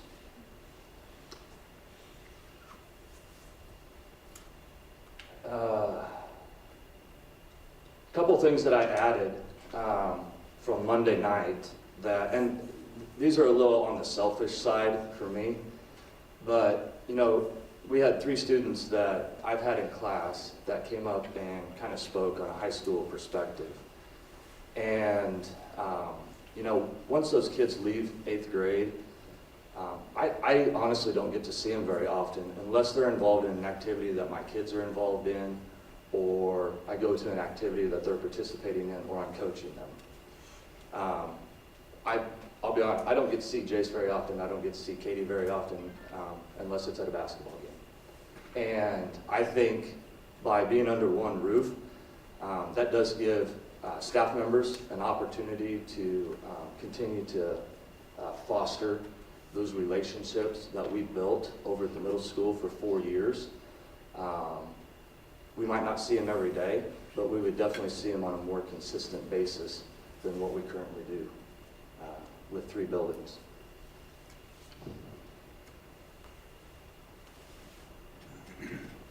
Good evening, everyone. My name is Greg Heinrichs. I'm the principal at the middle school, and I don't want to belabor this. We're coming up on 8:30 here, and it's a school night, everybody. But I do want to kind of highlight, as Hillary was talking, and then Shannon and Lyle both hit on this too, the 2, I guess, things that have just been drivers in my own head since this all started were increased opportunities for middle school kids and increased positive relationships for middle school kids with high school kids. And Hillary spoke to that. She lives that in real life. Shannon and Lyle spoke to that too. We do that as much as we can. Max spoke to the times he's over at the middle school. So it's not like those things aren't happening. There's just a big roadblock for how often we would like those things to happen. We currently we started this semester, so it's been going for 6 weeks, 7 weeks or so. We started a new class for 8th graders at the middle school, an audio-visual class. The Swather Sports Network, I mean, that's just expanded in such a cool way, and we got middle school kids just chomping at the bit to do something like that. They meet, the kids who are in that class meet in a tiny little classroom with a secretary, Mrs. Tommy Lang, as their supervisor. It's kind of a hands-off thing, and kids just have taken that and run with it. They uploaded their first videos to our website, I think 2 weeks ago, and they have done awesome with that. And it just makes me think, what could they do if they had the proper space? Their first video, they were using their cell phone as a microphone. You know, what could they do with the proper resources? You know, let alone a certified teacher. I mean, Mrs. Lang is awesome, and everybody knows that, but we know the work that Katie Gaston has done up here too, and I don't want to scare Katie if you're watching tonight. I'm not saying you're going to be teaching 50 middle school kids in a couple years. I'm not saying that at all. But my mind just starts rolling with the possibilities of what that could look like. And I could give you a list of probably 8 or 10 other things like that. And I'm like, man, what are our kids missing out on right now that if we were just 200 yards this way, what might they have the possibilities to have happen? And then I touched on, and we all touched on, just increased positive relationships. Again, I'm not going to belabor that, but I think Shannon talked about middle school staff seeing high school kids and just what a neat experience that is. It's pretty neat. Middle school is a powerful time, and we've talked about that kind of being a weird time, and it probably is. Our staff, myself, sometimes there are opportunities to have incredibly powerful conversations, and in my maybe 45-year-old brain, I feel like they are life-changing conversations. I don't know what the 13-year-old brain is probably. It's probably going, I got this old principal trying to tell me something. I just want to get out of here. But we have some pretty powerful moments with middle school kids, and to be able to see them in high school, you know, walking down the hallway maybe every once in a while or in the cafeteria, I think that'd be pretty neat. I think the other side of that could be pretty neat too. You know, Mark, you're sitting here too.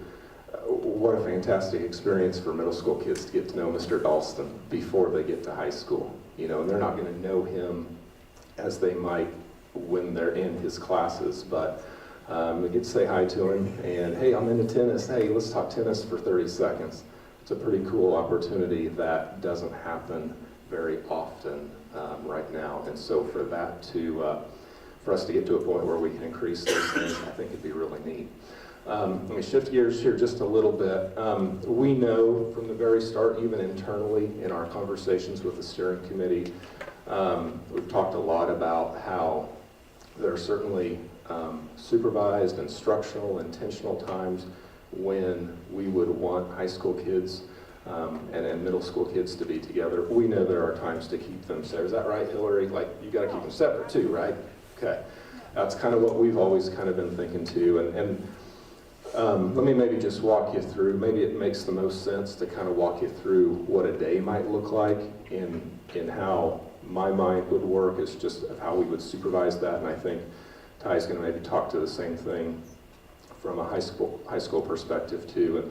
And again, some of this I mentioned on Monday, but I know all of you weren't there. Maybe you weren't online either on Monday. But we plan on having 2 drop-off points, one for high school, one for middle school. Not so much in terms of just keeping them separate out of I guess, a safety thing, but there's just a lot of kids coming into a building, probably just be a little bit more efficient, if nothing else, to have 2 drop-off points. So our current concept right now, and again, things could maybe change a little bit, but we would maybe have, we would have high school kids continue to come through the regular front doors here, and then we would have middle school, a separate middle school drop-off point, kind of on, right now anyway, in the plans, it's in the southwest kind of corner right there. That's a big deal for me. Some of you middle school parents or former middle school parents, you know that we are visible in the morning when kids are getting dropped off. It's probably 9 times out of 10, it's me standing out there. I like to greet kids when they're coming in, and if you saw what happened inside the building, you would see all sorts of teachers just around and being visible and supervising those areas. When the first thing, part of our day is RS, that's 20-25 minutes, and that's maybe you know, that's multi-grade, 5th, 6th, 7th, and 8th graders all in one classroom, and at the end of that, this year we have 286 kids moving somewhere from their RS classroom to somewhere else, and every single staff member is out in the hallway supervising for sure, but those are just great opportunities to talk to kids and connect with kids and see kids and say hello to kids. So we've got, I don't know, 25 probably adults just scattered around our building as kids are getting to their grade level first hour periods. And I wouldn't see anything different if we would move over here and kind of have our own separate wing right there. As kids are moving about throughout the day, when first hour ends and we're going to second hour, you'd see teachers for those grade levels currently just very visible in the hallway. We set up our schedule right now, so 5th and 6th graders have a similar schedule, which is different after RS anyway, which is different for 7th and 8th graders. So we know even keeping 5th and 6th separate from 7th and 8th, that's been important to us. So this concept of keeping lots of kids separate from one another, we live that every single day, even in our middle school, and I think we could kind of use what we do now as a model for how we could continue that if we were over here. Lunch, we talked about the lunchroom on Monday and kind of what our plans to maybe expand the current high school common space or the cafeteria space right here, moving that or taking out that half wall, maybe even expanding it a little bit. So there would be one general lunchroom area, but distinct spots for high school and middle school kids is kind of what our concept is right now. I could see if we had the opportunity to pass the bond and everything was moving along, I could see our teachers, even at the beginning of that, walking with kids to certain classes. There'd be a lot of new. We probably wouldn't, at the beginning of that, our kids wouldn't even know where some classes are, until they kind of got used to that. We'd supervise that really tightly, especially at the beginning, until everyone felt really comfortable with where they were going and things like that. We do that with 5th grade. They're the youngest of our students when they come up to the middle school. And for the first week or so, our 5th grade teachers are walking with masses of kids to get them to the right places so nobody gets lost or no one feels like they just don't know where they're going or anything like that. Bathrooms, if you've looked at the plans, we have separate bathrooms for 5th and 6th graders, 7th and 8th graders. Actually, it would be easier than what we have now. If you're familiar with the middle school setup currently, we have separate bathroom areas for 5th grade, but 6th, 7th, and 8th tend to share the bathroom. So this would actually be more separation when it comes to bathrooms, because we have a floor for 5th and 6th grade with separate bathrooms and a floor for 7th and 8th grade and separate bathrooms. At the end of the day, as buses come, again, I think we kind of use that same concept that we have now. We have got a lot of supervision outside. If you're ever at the front of the middle school right now, at the end of the day, you typically see me. Sometimes you see Mrs. Taves. We've used Vance Frick, our SRO, new for this year, in that role too. But we've got a lot of people watching out for cars and things like that. I think that would be a priority for us, because there'd be even more cars, more people, high school drivers. Lori, I think, spoke to that. That'd be a big priority for us, just as we supervised kids and wanting to make sure that they're safe. throughout the day. So, Mr. Rhodes, you want to speak to some of that from the high school perspective? Yep. Okay, my name's Ty. I'm the high school principal here. Know most of the faces in here. I've been here for, I think this is my 20th year working here in Hesston. So my 10th year as principal at the high school, and I was a teacher and coach for 10 years here. My first job in education was junior high math. I was a junior high math teacher. So the district I was in was 7th, 8th, and 9th grade actually in a building together. So that's a little different configuration too. You don't see that very often anymore for one reason or another. And I will go on record as saying, as a person who's worked in high school bulk of his career, I love middle school. That actually might be my favorite age of kids, is working with middle school kids too. So I'd be excited to have them in our building as well. So I also, I grew up in Winfield, Kansas, and our high school was built at the same time as this building. I think it opened in 1970, within a year or two of this building here. And we also had an open concept. It was not hexagon, honeycomb, it wasn't circles like Sedgwick, it was one big rectangular area. And then with my hands, I'll show you, just crisscrossed. Every classroom was triangular. It was partition walls, and the walls were about this tall, so they didn't go all the way up. Okay, that was my freshman year. And the thing that I learned, the only thing I remember learning that year was which mechanical pencils to tell my mom to buy me, because they were the best ones to break apart to use for pea shooters to shoot the spitwads over the wall to the other classroom right there. A lot of that happened in there. I didn't tell that story on Monday because my mother was actually sitting. She rose up right here, like I wanted her to know that about me. Yeah, so that concept, that was a thing, and that wasn't just Hesston. That was a lot of places at that time too, and pros and cons, I'm sure, of what they were thinking at the time with that. As we've rebuilt walls, it's changed our spaces in there as well, and just want to talk really about kind of some logistics. I'll throw up here, there's our current floor plan. If you've ever seen the map, I don't know how many of you have looked at that before. Super interesting to look at on paper here. Some of you have been walking around the building a little bit, how it can get a little confusing and be turned around in places as we get back in there. The challenge that I have as a principal, I'm thinking about how we operate school on a daily basis, and it's an operation every day, when you bring kids into a school and all the things you account for is, if you look at all the places you've got to turn, and we'll see how steady my hand can be.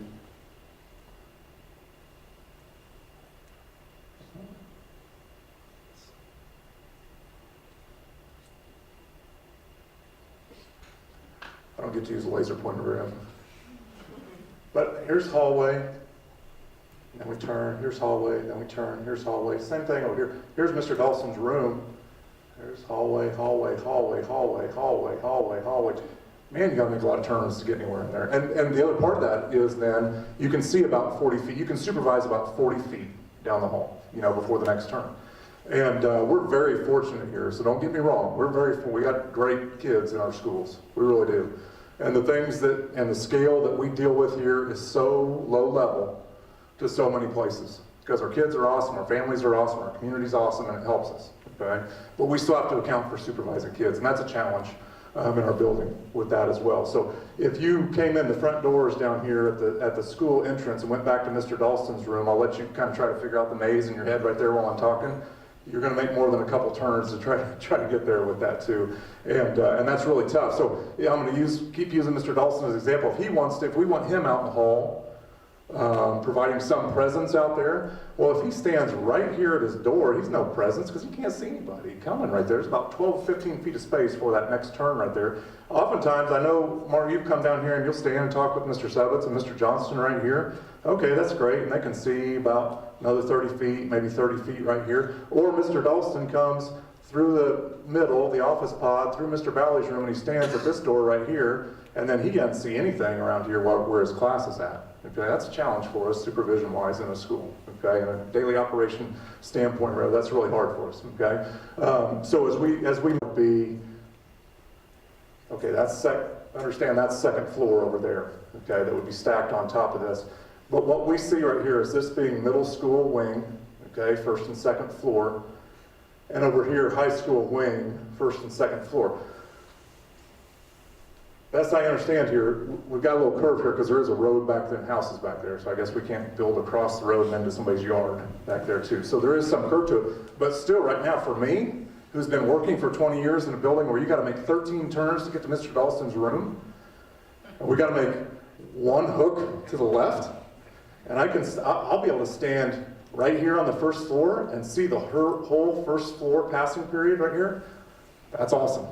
And same thing, if I want to go up to the second floor or have a different staff member here, and we can see the whole area from that one spot, that's pretty awesome supervision-wise. Okay, so those are things we've got to think about day-to-day basis there with that. Okay, want to touch specifically on a few key points during the day, before, after school, and I'm speaking here to folks where your concern is, can I send my kid as a 5th grade student to a school with high school kids? Okay, and I've got a sophomore, and I've got a 6th grader, and I've got a kindergartner. Okay, so if you have concerns for your kid, I get it, because I have concerns for my children in their lives as well. Okay, but I work here on a daily basis, and I see how our kids interact, and my personal opinion is we're going to make that be really awesome here in our school if we have the chance to make that happen. Okay, but the pickup drop-off time, what we're envisioning here with this from this standpoint, this is still our main entrance here. Now, how that wall shifts a little bit, I don't know exactly right now, that may change a little bit, but that's still going to be the main entrance for us. And that would be where we would want our high school students to enter, okay? We would want to have some type of then other entrance along this wing for our middle school students to enter. And if you've been out there in the parking lot, right here is our current, well, a large portion of our student parking right here.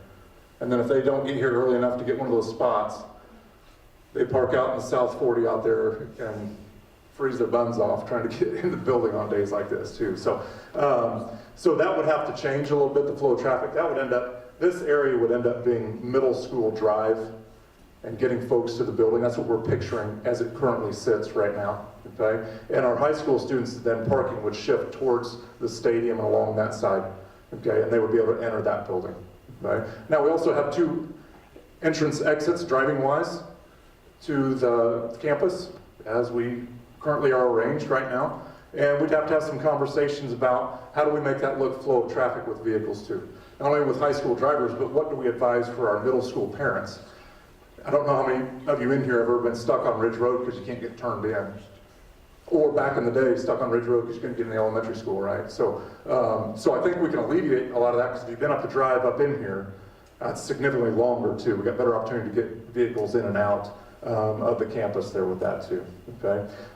So that'd be kind of that pickup drop-off time. We'd want to have those separate locations with that too. And like Mr. Heinrich said, I bet if that door is right here to get kids in, I bet Mr. Heinrich is going to be standing right there, you know, for those middle school kids too. And I don't like the cold very much, so I don't stand right here.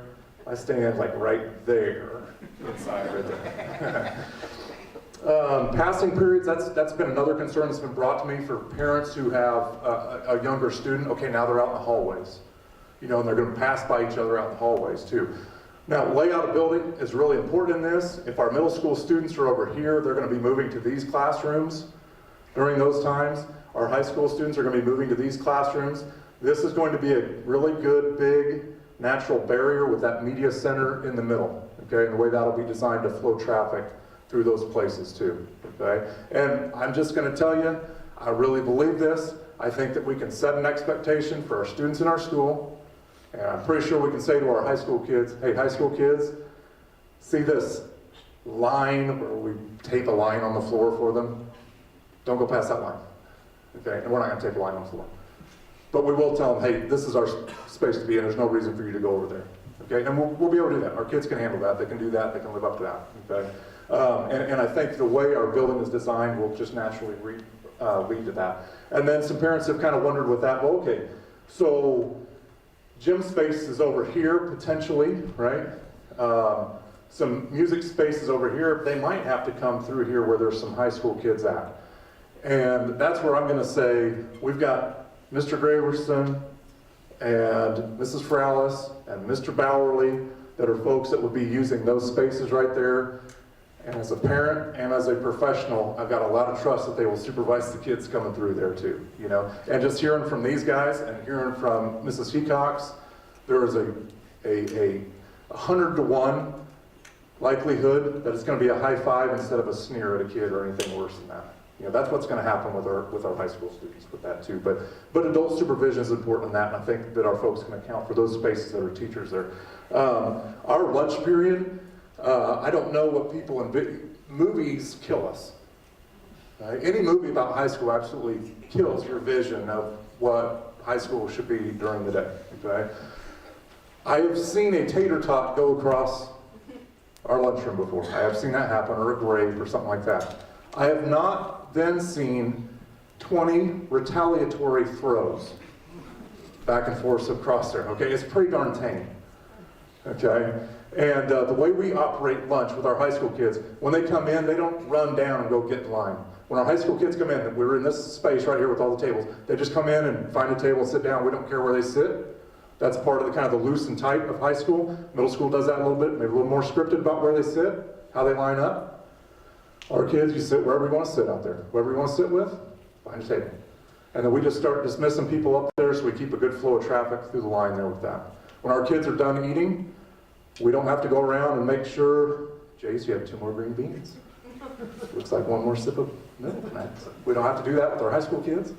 When they get done, they just go dump their trays. They either sit down in there or they go into the pit stop and hang out for the rest of lunch. Okay? And that's how we operate lunch. Now, the thing that will change with that is what has to happen with our schedule to get a whole bunch more kids through lunch. Do we have to add a lunch period? Do we have to add 2 lunch periods? Do we have to reconfigure that space? There's a lunchroom. Greg mentioned knocking down walls. Even in this space right here, perhaps moving that space in this direction to create some more space so we've got essentially 2 divided classrooms with that too. Okay? I know that could be a concern. For us, that's a little bit, you can't treat high school kids like you treat middle school kids. So we've got to give them some freedom where we're not just hovering right over them. At lunchtime, we're not hovering over kids at lunchtime. Okay? We're going to let them eat. We're going to let them dump their tray. We're going to let them go off and talk a little bit and that kind of stuff. Okay? But for middle school, we want that to be a little tighter with that. Bathrooms, I have no idea where on there the bathrooms actually are on this right here. But we'll have very clear, it's kind of like we talked about, here's the line. There'll be very clear high school bathrooms, middle school bathrooms. That won't be an issue for us during the day. We won't have that kind of shared space. That wouldn't be a good thing, to share bathrooms there, okay?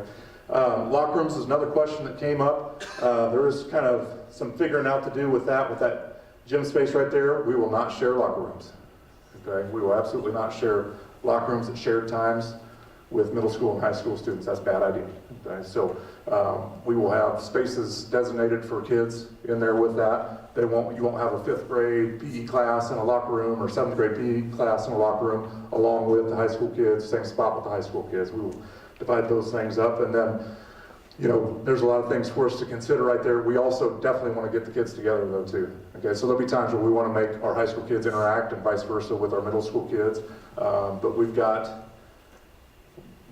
we have awesome people to be able to do that with too. So appreciate it. Okay, you guys took longer than I wanted you to, not really. I know it's getting later.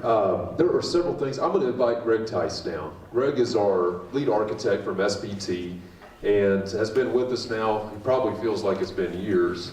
It's been maybe 8 months that he's been working with us. And there's a number of things that I'm hearing feedback on that we want to walk through. And Greg can help me with some of these items as well. We've gotten, I call you probably every day at this point. We talked several times today.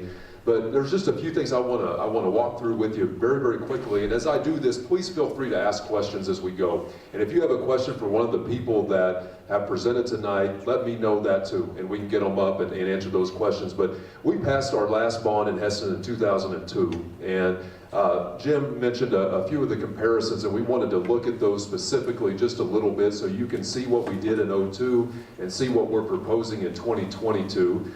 He mentioned the dollar figure. This is the total project cost for both of those projects that would only exclude what's called the cost of issuance, so very close to what the total cost is for these bond projects, but trying to compare apples to apples as much as we can, knowing that there's a difference between dollars in 02 and 2022. You can see the interest rate, which he mentioned was at 5%. We're a little bit conservative on that 2.75 in case something does change before those bonds are sold. 25% state aid versus 15%. That was based on a law that changed about 6 years ago, I believe. So we saw a drop, and that 25% was actually as high as 50 during that 2002 bond payoff. We started in '02 at 19 mils, you can see kind of down at the bottom. That was actually an 11.9 mil increase from the previous year, where we were around 6 to 7 mils prior to that. Our total mill rate for this particular bond would be 22.8, and that would be a 10.62 mil increase over what we currently have at 12.195. And you can kind of see the difference.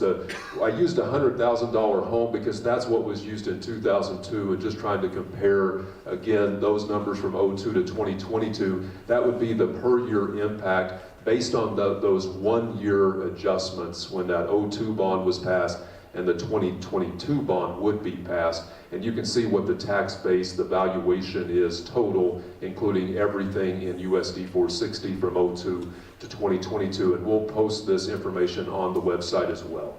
Hey Ben? Yes. You emphasize they raised the interest rate 0.5% because they're projecting. Right, yeah. So that 2.75 is a high conservative estimate in case we see those interest rates go up by the time the bond would pass and be sold. Other questions on that? Is the '02 bond paid off? So the '02 bond is paid off in September. So we've assessed our last mill rate for that bond, so we'll have those funds to pay that off in September. So there's one is finishing where the other would begin. There's no crossover period for that. And is the term is different? It was a 20-year, this will be a 30-year? And what is the logic other than keeping the bills low? So that's a great point. The term for the 2002 was 20 years. The term for our proposed bond is 30 years. One of the conversations we've had with our bond advisor, Steve Sjogren at Stiefel, who we've worked with for the past 20 years, was the kind of the balance of keeping that mill rate low based on a larger dollar figure, total dollar figure. And really, I think it came down to the low interest rate. And there's not a huge difference between doing a 30-year, a 25-year, or a 20-year as far as that interest rate goes. We used as a model Sedgwick. You know, I asked Steve how often, and I called KSD and asked them, how often do you see 30-year proposals? And they said they're common when you have a large-scale kind of fundamentally changing bond project where you're doing something very substantial. And I think the advantage in this particular case, and we talked about this with our committee, again goes back to that low interest rate. I don't think we would have been advised to do a 30-year if the interest rate would have been similar to what it was in '02. So we spent a lot of time on that. I would say that Steve is a very conservative person and operates that way, and he was comfortable advising us that in this particular case, a 30-year makes sense to keep that mill rate low. Now, I will say, I think it's important for everybody to know that the board has not finalized those terms. The board has not finalized the scope of the bond project. There's still conversation that they plan to have, and there's a meeting on Tuesday evening at 6 at the elementary school where they're going to process through that and potentially make a decision on how they would move forward. But the recommendation from the committee was that 30 years. I've had a lot of people reach out just with questions, and so these are just responses to some of those questions. One of the questions was, how does the overall tax rate in Hesston compare with other communities? And it's easiest to compare with Harvey County communities because we all are taxed by the county at the same rate. It gets a little more challenging when you compare to Mound Ridge or other places that are in different counties. This is broken down on the website, so I really encourage, and I'll show you where that is shortly, on where our total mill rate, how that is configured based on the 4 taxing entities. But what you'll notice right away is the city of Hesston, the tax rate, it has to be one of the lowest in the state. It's very low. If you compare us to Halstead or some of the other communities, it's significantly lower, and that's reflected here. So when we look at Sedgwick, Burton, Halstead, and Newton, when we calculate the total between the county, the rec, the school district, and the city, we're 19 mils below Newton, 22 below Halstead, and you can see where we're at. Sedgwick just really moved up because they passed a pretty large bond in the fall that raised it was about a 15 mil increase from one year to the next. So they were maybe the second lowest or now the highest. When we compared all of the school districts in South Central Kansas, there's about 42 that we compared with. Right now, our school district mill levy would be the 24th lowest. We're in the average range for what we are right now. Another question that we often get is, what are the needs at the middle school, and what did the facilities group discuss as potential improvements at the middle school? Jim mentioned, and several others have mentioned, that we looked at a number of different proposals, and I was able to tour people back in the academic area this evening, and we talked a lot about how one of the things that Greg showed us was potentially a remodel of that space. I had talked to other architects even before I knew Greg about possible remodels of that space, and everybody told me the same thing. It's going to be a real challenge, just based on the starting point being a little bit troubling. When you start talking about creating a space like Mr. Rose was describing, where you have a better line of sight and you have maybe 4 walls instead of 9 or 10, those things with that configuration are very challenging, especially when really the only way to do it is going to cause you to lose classrooms, just numbers of classrooms. So where you have a pod of maybe 4 classrooms, you're probably going to end up with 3, and you're going to have to add on to the building just to keep the same number of classrooms. So that became a starting point for the group, and that was identified even a year ago by our needs assessment process, that we feel like we need to fundamentally change and improve the academic area of the high school.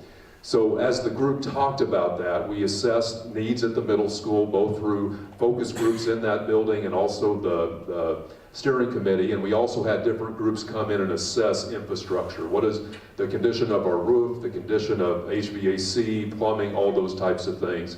And the estimates that we came up with are reflected here, and we'll post all this information on the website. Some of these things are things that we'll need to do, we would need to do in the short term. Some of them are probably things that we could do in a longer period of time. Some of them are needs, some of them are wants, but these are estimates on what we felt like as a committee we would need to improve to really get that building to where we want it to be. Mr. Graverson talked about his band room, and if maybe you've taken band in middle school or you're familiar with that space, we've talked about improving that location and giving him a new space if we were to invest in the middle school. If you've tried to enter the gym from the parking lot, the south parking lot, there's not a good entryway. We talked about wanting to improve that as we were describing and trying to come up with ideas on how we can improve the middle school building. But a lot of it you can see is in the infrastructure. And something I would encourage you to look at, again, if you can access the resources on our website, is the capital outlay budget that we've been able to improve over time. And what we found is it's very difficult once you get behind on infrastructure to catch up. And so there's a lot of needs, there are a lot of systems that are very outdated, obsolete. Finding parts is very, very challenging. And so we feel like we need substantial improvements in those systems. And again, as we weighed the advantages and disadvantages of investing quite a bit of money in that building versus potentially bringing kids over to this building, the committee just felt like the advantages of moving here were significant, not only from a financial standpoint, but all the things that you've heard people describe tonight. We feel like there's a ton of potential that we can provide to our students by bringing them into one facility. So those are all, again, available. If you have specific questions on those items, I know Greg has helped a lot with just verification of numbers and used different sources for that, and can help speak to that as well. And if you have questions, just holler. Yes, sir. Do you have a playground on here? Are you going to put a playground at the... Yes. Yes, we would have a middle school playground. I say it's for students and staff. So we'll have, yes. Yeah, I know one of the questions has been, does it really cost $6 million to renovate the middle school? So costs have really gone up, especially over the last several months. But what I'd say is we're currently working in schools in West Elk, and we're doing the projects in Sedgwick as well. We're working with Coonrod Construction and Hutton Construction on those, so multiple contractors. We see what those costs are. We could certainly do the HVAC project for less. Some of my background, just so you know, I'm a school board member. I've been a school board member in Renwick for the last 10 years, school board president in Renwick. We did our new high school in 2000, I think year 2000, and what we saw is that they put in cheap equipment, and 10 years later we started seeing our utility bills just skyrocket. So we have not budgeted cheap equipment. You can get, for instance, 1 ton HVAC, a rooftop unit, 1 ton costs $1,800 for a cheap unit. It costs $3,000 for a better unit that's going to last you and that's going to give you better long-term costs for utilities for your building, more efficiency. So those are some of the things that push that cost up, but we tried to project that and put that into this so that we're not putting you in a situation, the district in a situation where you're going to have to be replacing these things right away or 10 or 20 years, and you're going to get the long-term benefit of it as well as better utility bills. So those are some of the things that might be a little bit alarming, but I think to Ben's point too, I think one of the things that really pushed the steering committee to put the money over into a 512 building as well was that there's only like 1.2 million or 1.3 million of that $6 million cost that is in the classroom. You know, it doesn't. If you put that $6 million into the new building, you really can affect the classroom and the teaching space more so than you could ever do if you just had to put money into that building. That building's 58,321 square feet. So for instance, we use $10 a square foot for a roof replacement. And we can take that cost and we can put that over in better use of funds. One of the things that we didn't mention, you know, as the committee was working through this process through the fall, Greg came to me at one point and said, I need to adjust all these costs. And we need to increase our estimates. You know, so that number that we ended at would have been much different if we weren't taking a conservative approach because we know costs are rising. I know that's been a concern that's been shared as well. And we've talked a lot about that. He's working through bond projects right now where they're in construction phases and is very in tune with what those costs are. So we have estimated up to be more conservative, knowing that is a likelihood as we go through this process as well. You've heard a lot about, you know, the different aspects of the middle school and high school system, and I'm not going to speak to all the things that have been mentioned. I'm a huge proponent of it, having worked with all those age groups. I think it's going to be a wonderful, wonderful thing, and I would love to sit down with you at any time and talk about it, because I know some people don't see it that way, but I believe it'll be a great thing for kids and a great thing for staff. And please reach out to me and we can visit. But a question came up that I think often comes up for people, and is that's efficiencies not only with utilities and those types of things, but efficiencies with personnel. And I think a question came up at the last meeting where, you know, are you going to reduce staff? And here's how I want to answer that question as we think about a transition to a new structure for us.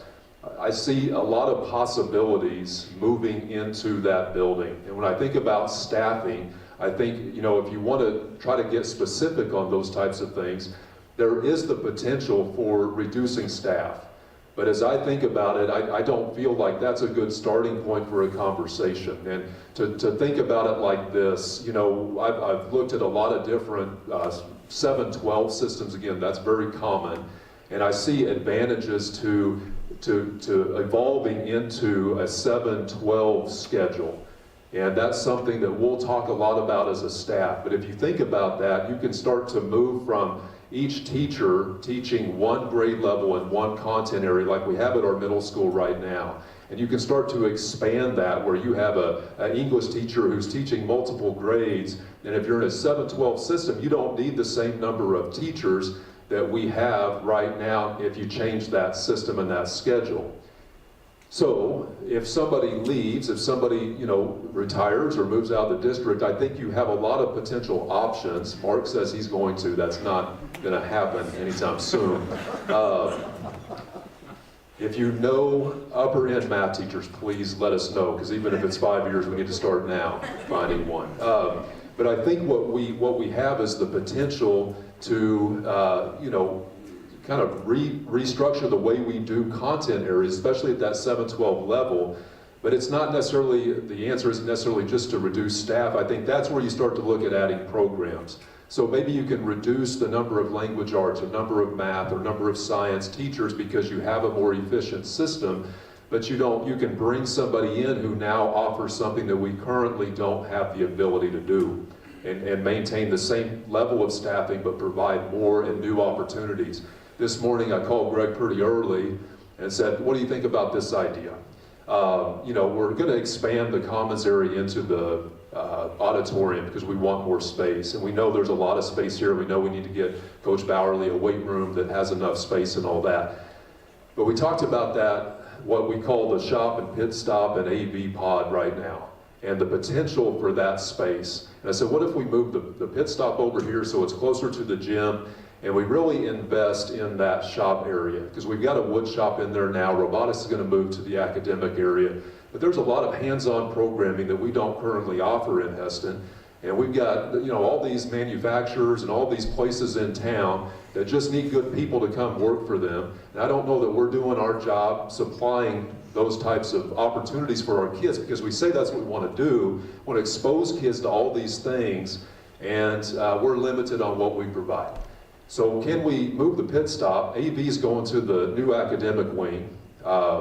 Robotics is going over there too, and we'll give Mr. Foreman a really good robotics room because that's a really good program and they need a better space. And we turn that into a shop. We expand the wood shop, but we provide the space for those types of career and technical programs that we know are very valuable in today's world. And I think we have tons of potential to provide those types of things, those opportunities, if we start to look at this as an opportunity to do that. So you combine that idea of becoming more efficient with your staffing because you've created a better schedule and a better system. Now we can start talking about things that just aren't possible right now without those spaces being available. So there's just so much potential. I know people will sometimes say, well, you're using buzzwords and those things don't really mean anything. Where's the data? Where's the facts that you can provide? And I think there's just some things that we have to share with you that are potential and flexibility, and I think that's what this provides. So just as we kind of formulate those ideas, you've heard a lot of that. You've heard a lot of that too. What questions do you have? What are we not answering for you? Our goal has been information, providing good information. Yes?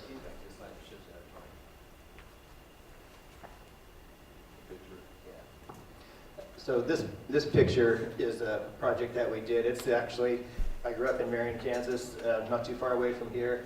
That's the auditorium in Marion, Kansas. We completed that in 2008.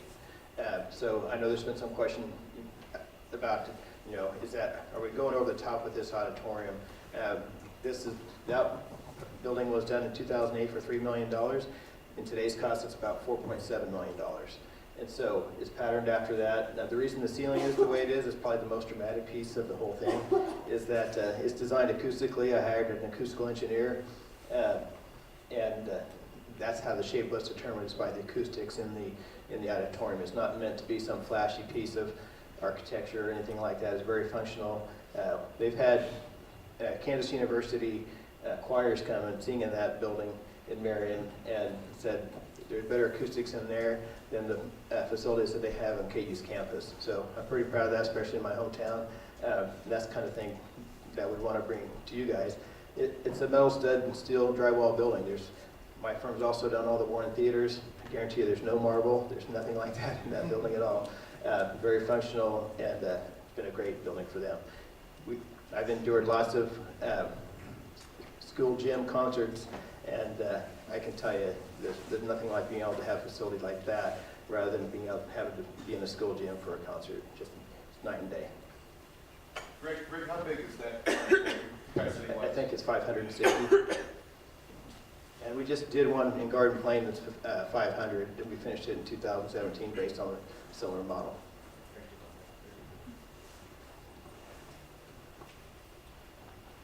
Yes, sir. You mentioned your capital outlay fund. Can you give me the dollar amount that you have currently in the capital outlay? We have just over $2 million in capital outlay. And if you go to the website, you'll see it's about an 8-year history of that fund, and you'll see the growth of that fund over that period of time. But right now we're sitting at about $2 million.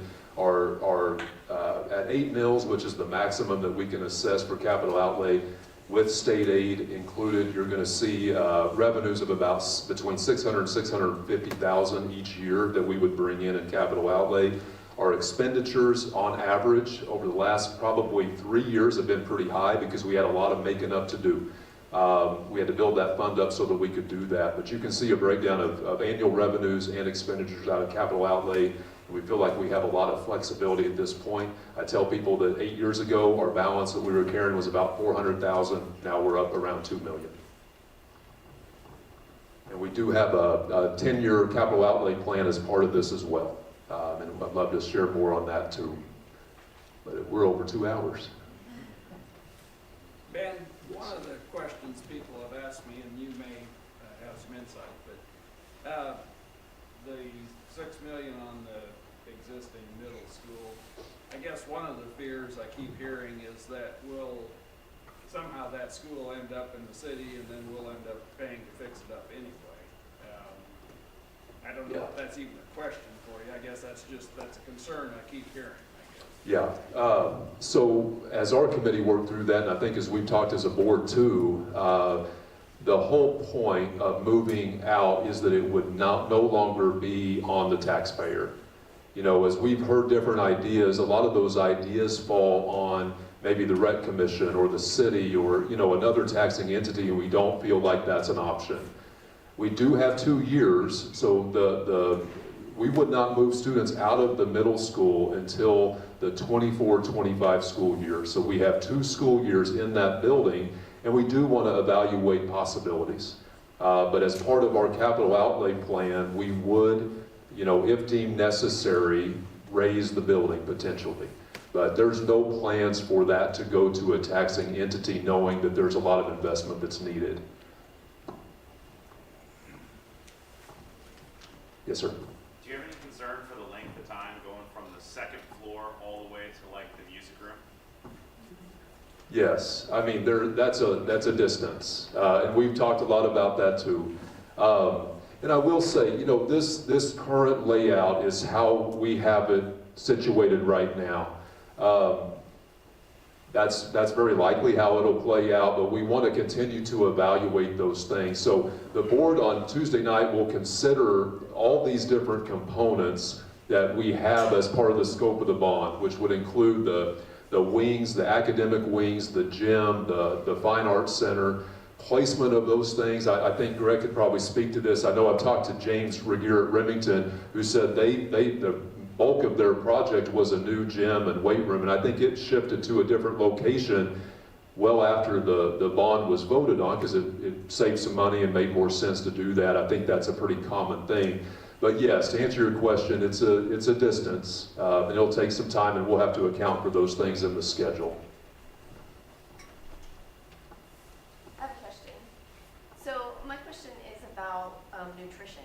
So if you're feeding that many children in one day from one central lunchroom, are you going to be able to provide nutritious foods that aren't going to be all prepackaged and just kind of warmed up and served? Yes. Yes. I will tell you, she would be embarrassed if I said this, but we have the best food service director in Kansas. Becky's amazing. She doesn't like computer things, but when it comes to feeding kids and feeding them correctly, based on rules and regulations that we have to follow already, there's nobody better. So there's some things that we're studying as far as the kitchen and how we'll serve and those types of things, but I have complete faith in not only Becky, but our food service staff that will be able to do that very well. Do you have a picture or a proposal that's like in the 18-20 million where you would do things to both buildings that you need and that you want? Or did you just get to where the philosophy of 5 to 12 became more of a focus, and so that's not even there for the people? Yeah, so, yeah, sure. So we looked at 4 options for the schools. We presented 4 options to the steering committee. They were a brand new 512 building. You know, some people thought, this building is so dysfunctional, let's just get rid of it and start over. I think that's one of the reasons we were hired, because we don't typically do that.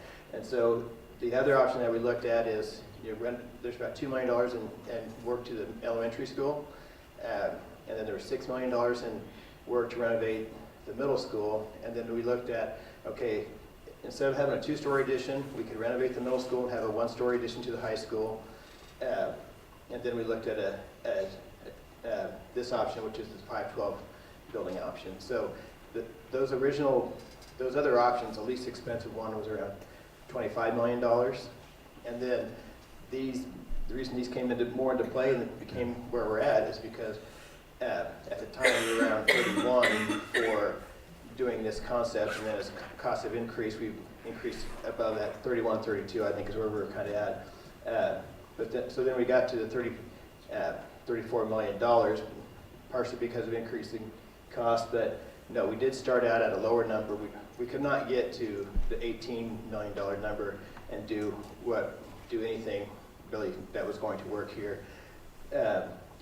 One thing that we had looked at is, just to try and create natural light into the high school, you could raise the media center roof up and at least allow natural light down into the core area. But really, you end up with the same classroom configuration. And right now, I don't know if you saw it on that slide of the plan of the high school, but the media center is a hallway right now. We were in there, classes go right through that as a hallway. Classes have to go through other classrooms to get to classrooms, and there's no way to solve that by doing something in the 18 to 19, $20 million range. It just wasn't feasible. I mean, the only thing you could do potentially is not to do the auditorium if you wanted to do that. I mean, if you didn't want to do the fine arts piece, it's about $6 million. You could raise the media center roof up, create some natural light, end up with the same classroom configuration and not do the auditorium and get to that level. But, the steering committee really didn't think that was the right approach.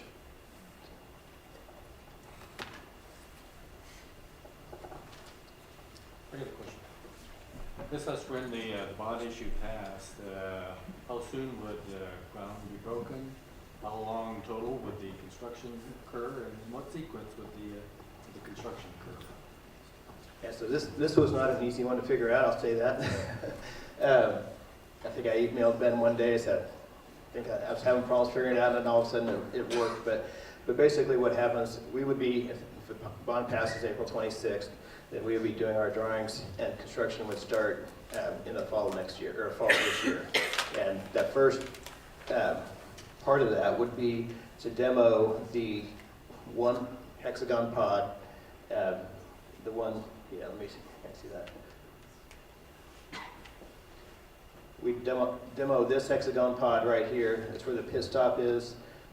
This is the wood and robotics area right here. But basically there's only 2 or 3 classrooms that we'd have to work around to do this. We'd build this wing first, so we'd build a 2-story addition right there that would start probably in the fall, maybe a little bit later than that, depending on how things worked out, maybe January. And then we'd get this built so that the high school could move into here, and then we could tear down the rest of this existing building and then build the second wing in a second phase. So it would take, about 2 school years to get into it completely. And we're confident that school would still be able to operate, the O2 experience where trailers and those types of things were brought in. We would not need to do that to phase it this way. We'd build the fine arts piece at the same time as that first phase. Well, I got my paper this morning, and there's a front page article about Hesston asking for a $12 million grant, and certainly Mr. Hepner has big plans for the city. And I understand that TEFI funds can be used to pay for educational facilities like the auditorium. Is that something that we are actively looking into? It mentions on page 8, talking about the school, there was a timing issue, and the school bond was part of that timing issue, but it's not real clear what that means. But are there TEFI funds to pay for the $6 million auditorium? Bring the bond down to the rest of us, or if that happens later, can the TEPI funds be used to pay that off or pay that bond early? I mean, are these possibilities that would make a lot of us who are very concerned about the price tag feel a lot better? Sure. We're all for education and for teachers. Sure. Mr. Owens, I see, is here too. Maybe he has more information. I don't know. But I haven't had, I just skimmed the article just before I came over. I hadn't seen the paper. I will say there was a statement that somebody shared with me that that beneficent or somebody else is paying for the work that Greg is doing for the school, and that's not accurate. Just to correct what the paper had said, according to the person that told me that. I can tell you we're in communication with them. That started a long time ago when we first started getting a good idea of what the project could be, because we wanted to make sure that it lined up with plans from the city as well. We didn't want to operate outside of some city planning and those types of things. But as far as direct contributions or anything like that, I'm not aware of any intent for that.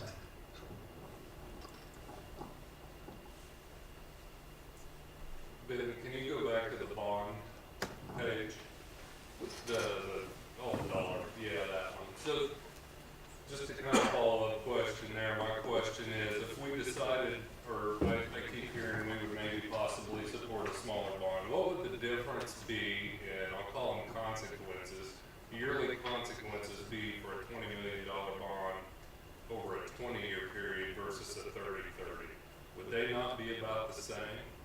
As far as as far as impact on taxpayers, yes. Consequences, I don't know without running those calculations, which I could do, and I could put again all that information on the website so that you can see differences. And I've got a calculator that I use for different properties, whether that be residential, farm, commercial, based on different scenarios. And I'd be happy to put a whole table together on that. I'd have to run those numbers just to see.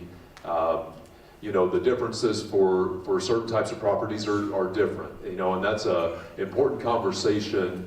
And we, you know, I'll share that we want to be a good resource, and our commitment is to providing really good information to you.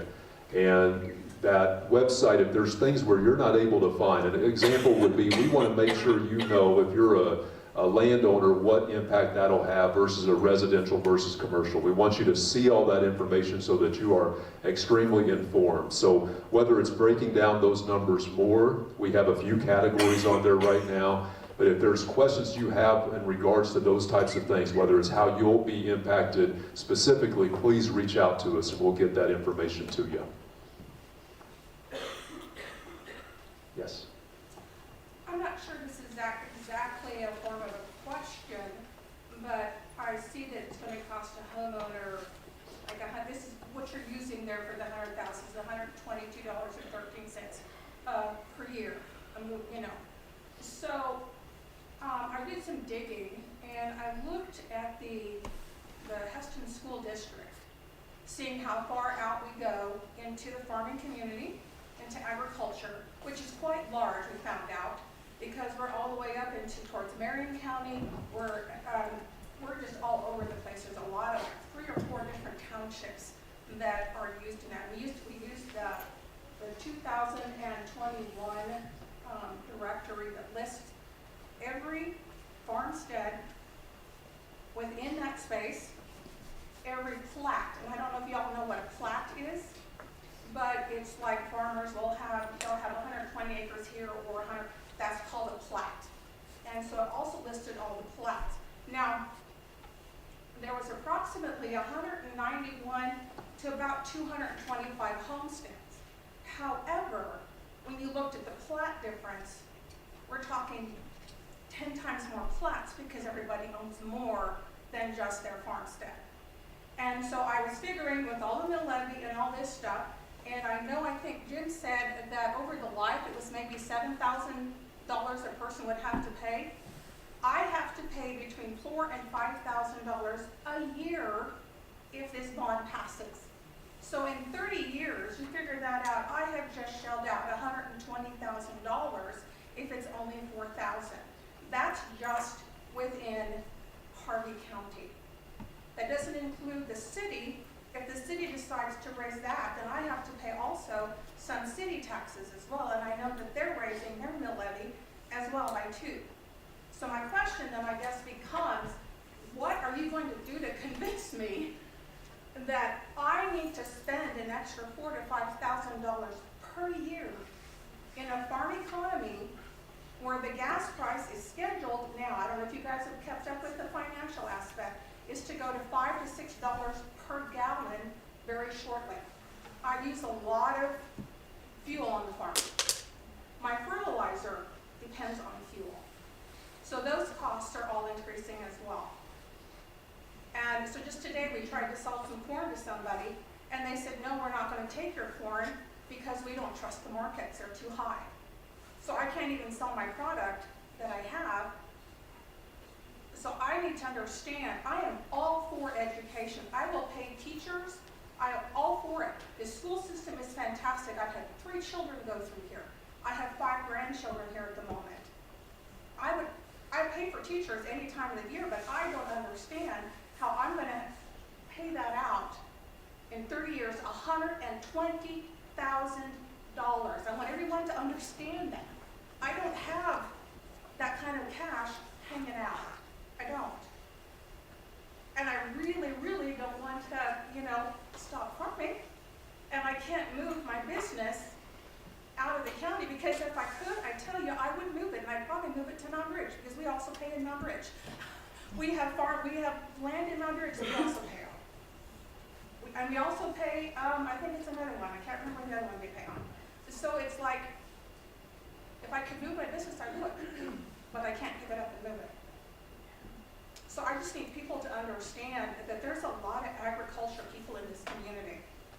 A lot. And then on top of that, you have all these businesses. We are fortunate to have AGCO and Excel or / Black & Decker right now, because that's what's keeping us low. What happens if they decide to go, go away? What happens if Black & Decker decides to move their stuff? Everybody go to home. Or we're gonna go away. What if AGCO moves it back up to Minnesota? And then we're stuck with the large bond to pay, and who's gonna pay it?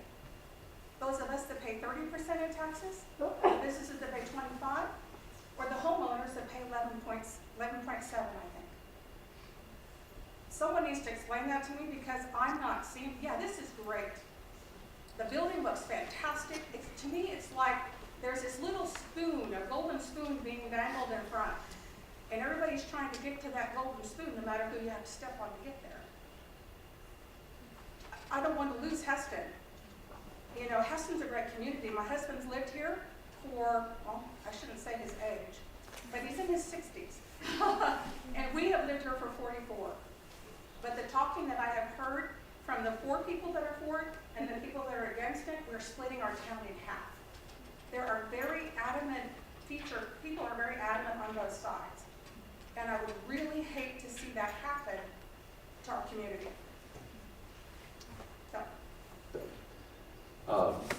Yes, sir. I don't think you've got many houses in the entire district that are going to be valued at $100,000. I think you need to... Yeah, and I maybe should have explained better that I don't ever use 100,000. I want to use 100,000 because that's what we used in '02. But I think people should realize... We've been using 200,000, and that's what you'll find on our website, just as a relative measure.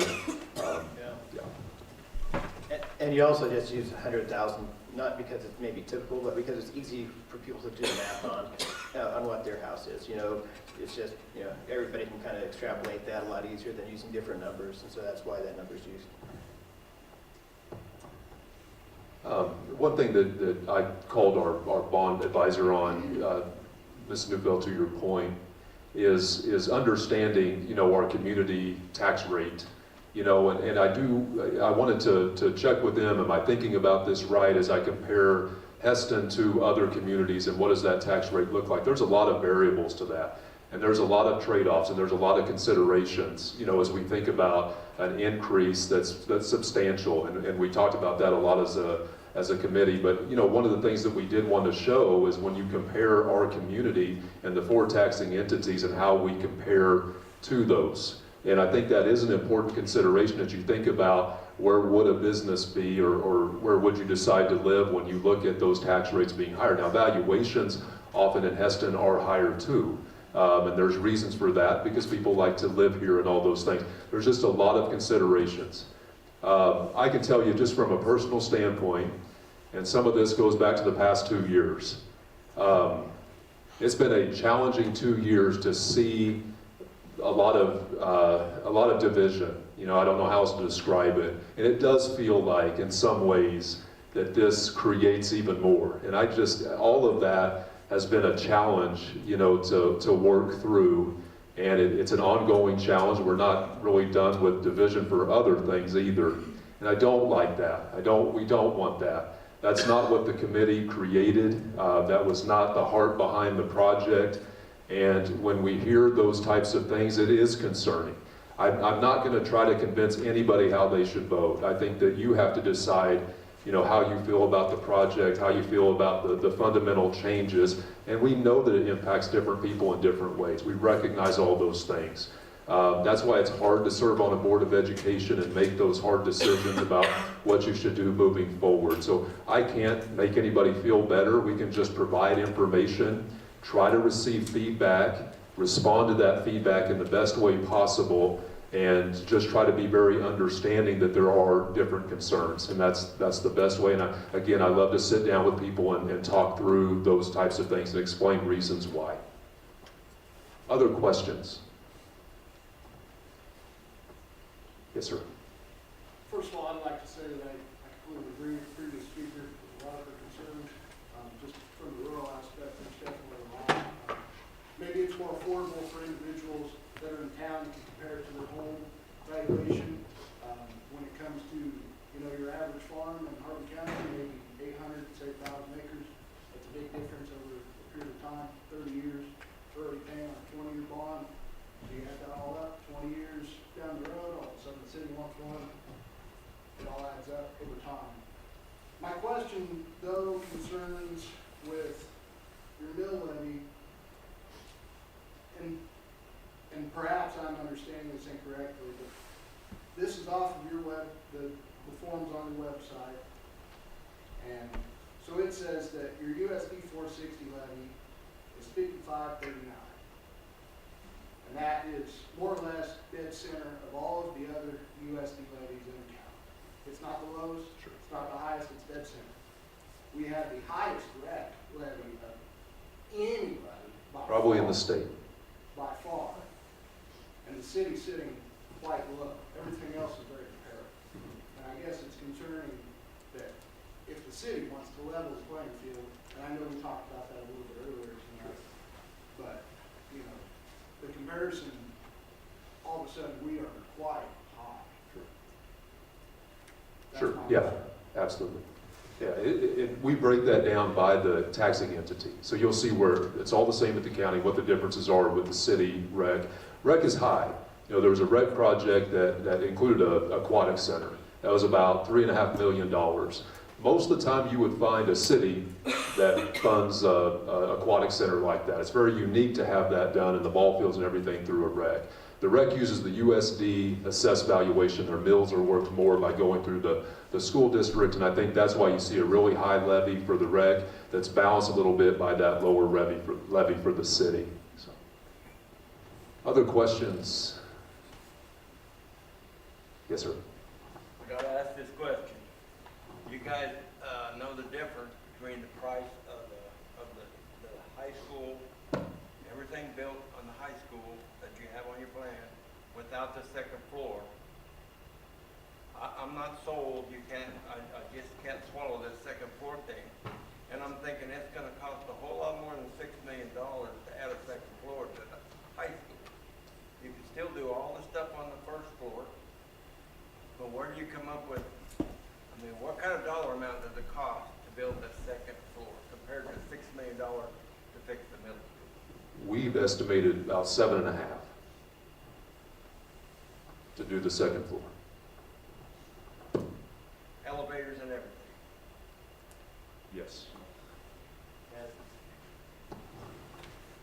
Yeah, so that was one of the options that we presented, to do a single-story classroom wing in the high school, basically to make it that same shape, just do a one-story. But then you still have to do all the work at the middle school, and you have to keep the middle school. And so you're putting that about $4 million into the middle school. It doesn't affect anything educationally, whereas you could spend that money over in the high school by doing the two-story. And yeah, it does cost a little bit more, but the value you get is, educationally especially, a lot more impactful than just replacing roofs, replacing lights, and you're also taking a 58,000 square foot building that the school doesn't have to maintain anymore off the 10-year capital outlay plan. So the thought is you can put that money into the high school and you don't have a 58,000 square foot building to maintain anymore. That's aging anyway, and that was how that decision was arrived at. Yeah, just not comment, not a question, you really haven't talked about, but by doing a two-story building versus one-story, you've reduced heating and air conditioning costs significantly. And also, as we look out into the future, long-term maintenance, because the roofs are typically an issue in these buildings. So, correct. You know, Exactly. The two-story has some advantages beyond what was mentioned this evening, I think. Yeah, definitely, and that was taken into consideration. You know, that two-story, instead of having all single floor level classroom space, that each has its own roof, we have one whole wing that's on the first floor that doesn't even have a roof because it's the second floor of the second wing of the classroom space. So all that was looked at as far as, you know, are we adding more square footage? Some back, yes, because we have the fine arts wing and all that currently isn't part of the whole maintenance aspect of the facility. But reducing the overall 58,000 square foot building footprint was substantial.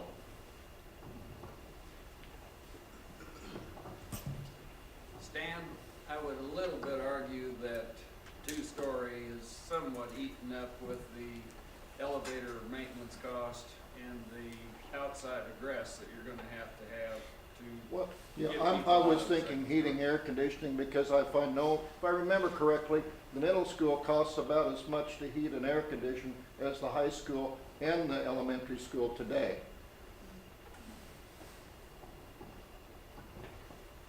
Other questions? I don't have a question, I just have a statement, I feel like I want to make. You know, all the presenters, the majority of all your school people have had a long time, a year or more, to go back and forth with ideas and concepts. A lot of us, and I might be the only person in this whole room, I don't know. I was in the first graduating class of this building in 1971. So I survived, no walls, no doorways. I put 6 kids through this whole system. I'm a very positive, let's do what we need to do for our schools person, always have been. And then in the last couple of months, this huge number for bond hits me, as well as the philosophy of 512, which I haven't even figured out that. So I feel like I have 2 separate things going on that have converged to one. And I have to vote quickly in April, correct? And I would in a minute vote for the buildings and a fine arts center and making improvements probably quickly if it was 18, 20, 21, I don't know, down. But then I have to work through how I feel about the 512, and you guys have given us all the positives, which that's your job. Because you want this to happen. And I'm not there yet at all. So then I have to think, well, I have to go back to kids versus building. Or the building, I mean, it's a very torn situation for someone in a couple of months to make a decision that's 30, 26 million unencumbered. So I just want the understanding from the school system and people that maybe there's more people than just me in this whole town that is kind of in a shock mode.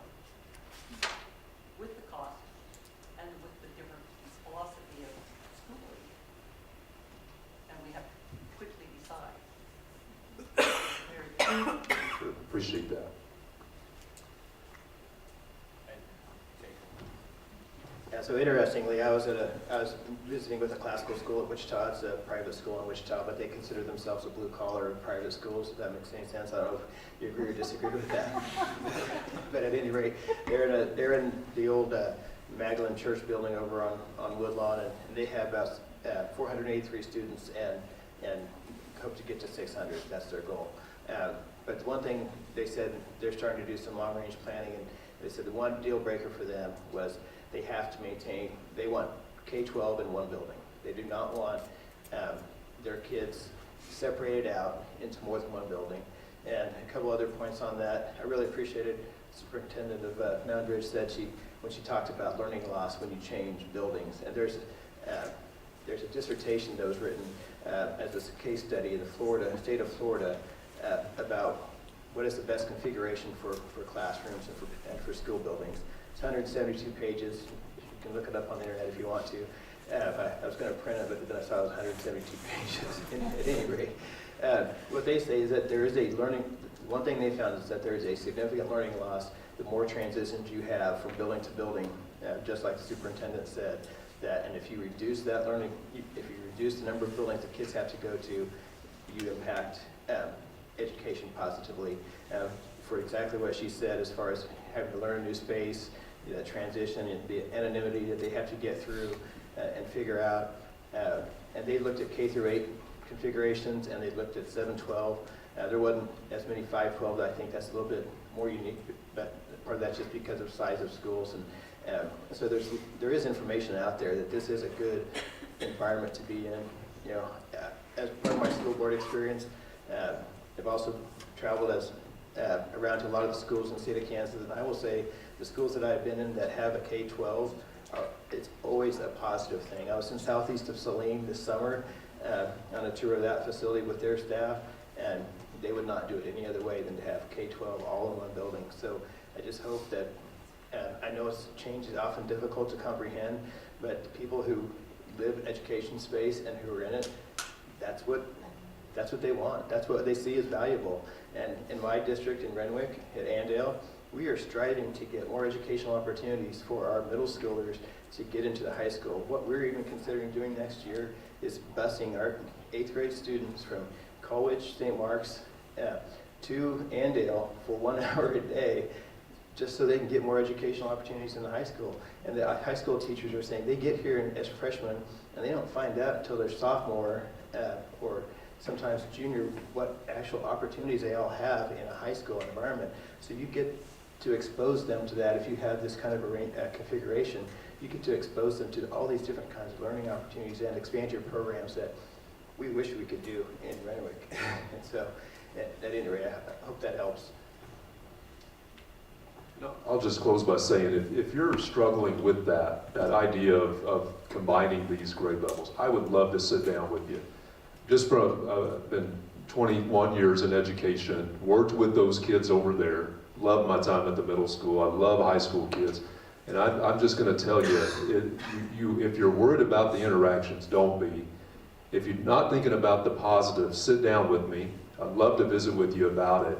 I think it's going to be a wonderful thing, and the people that I talked to that have experienced that, like Greg talked about, I've got a lot of testimonials from districts that are like Hesston, similar size, demographics, that have experienced that and talk about the positives, not only from a student end, but a staff end. I'd just love to sit down with you if you're grappling with that. I want to thank everybody for coming. I know at some point we just, can't meet forever. If we need to have more meetings, we will. I don't know if we'll have all the same presenters, but if we're not getting your questions answered, just holler anytime. I'd love to sit down with you. I know how important this is. So thank you so much for being here and all your time.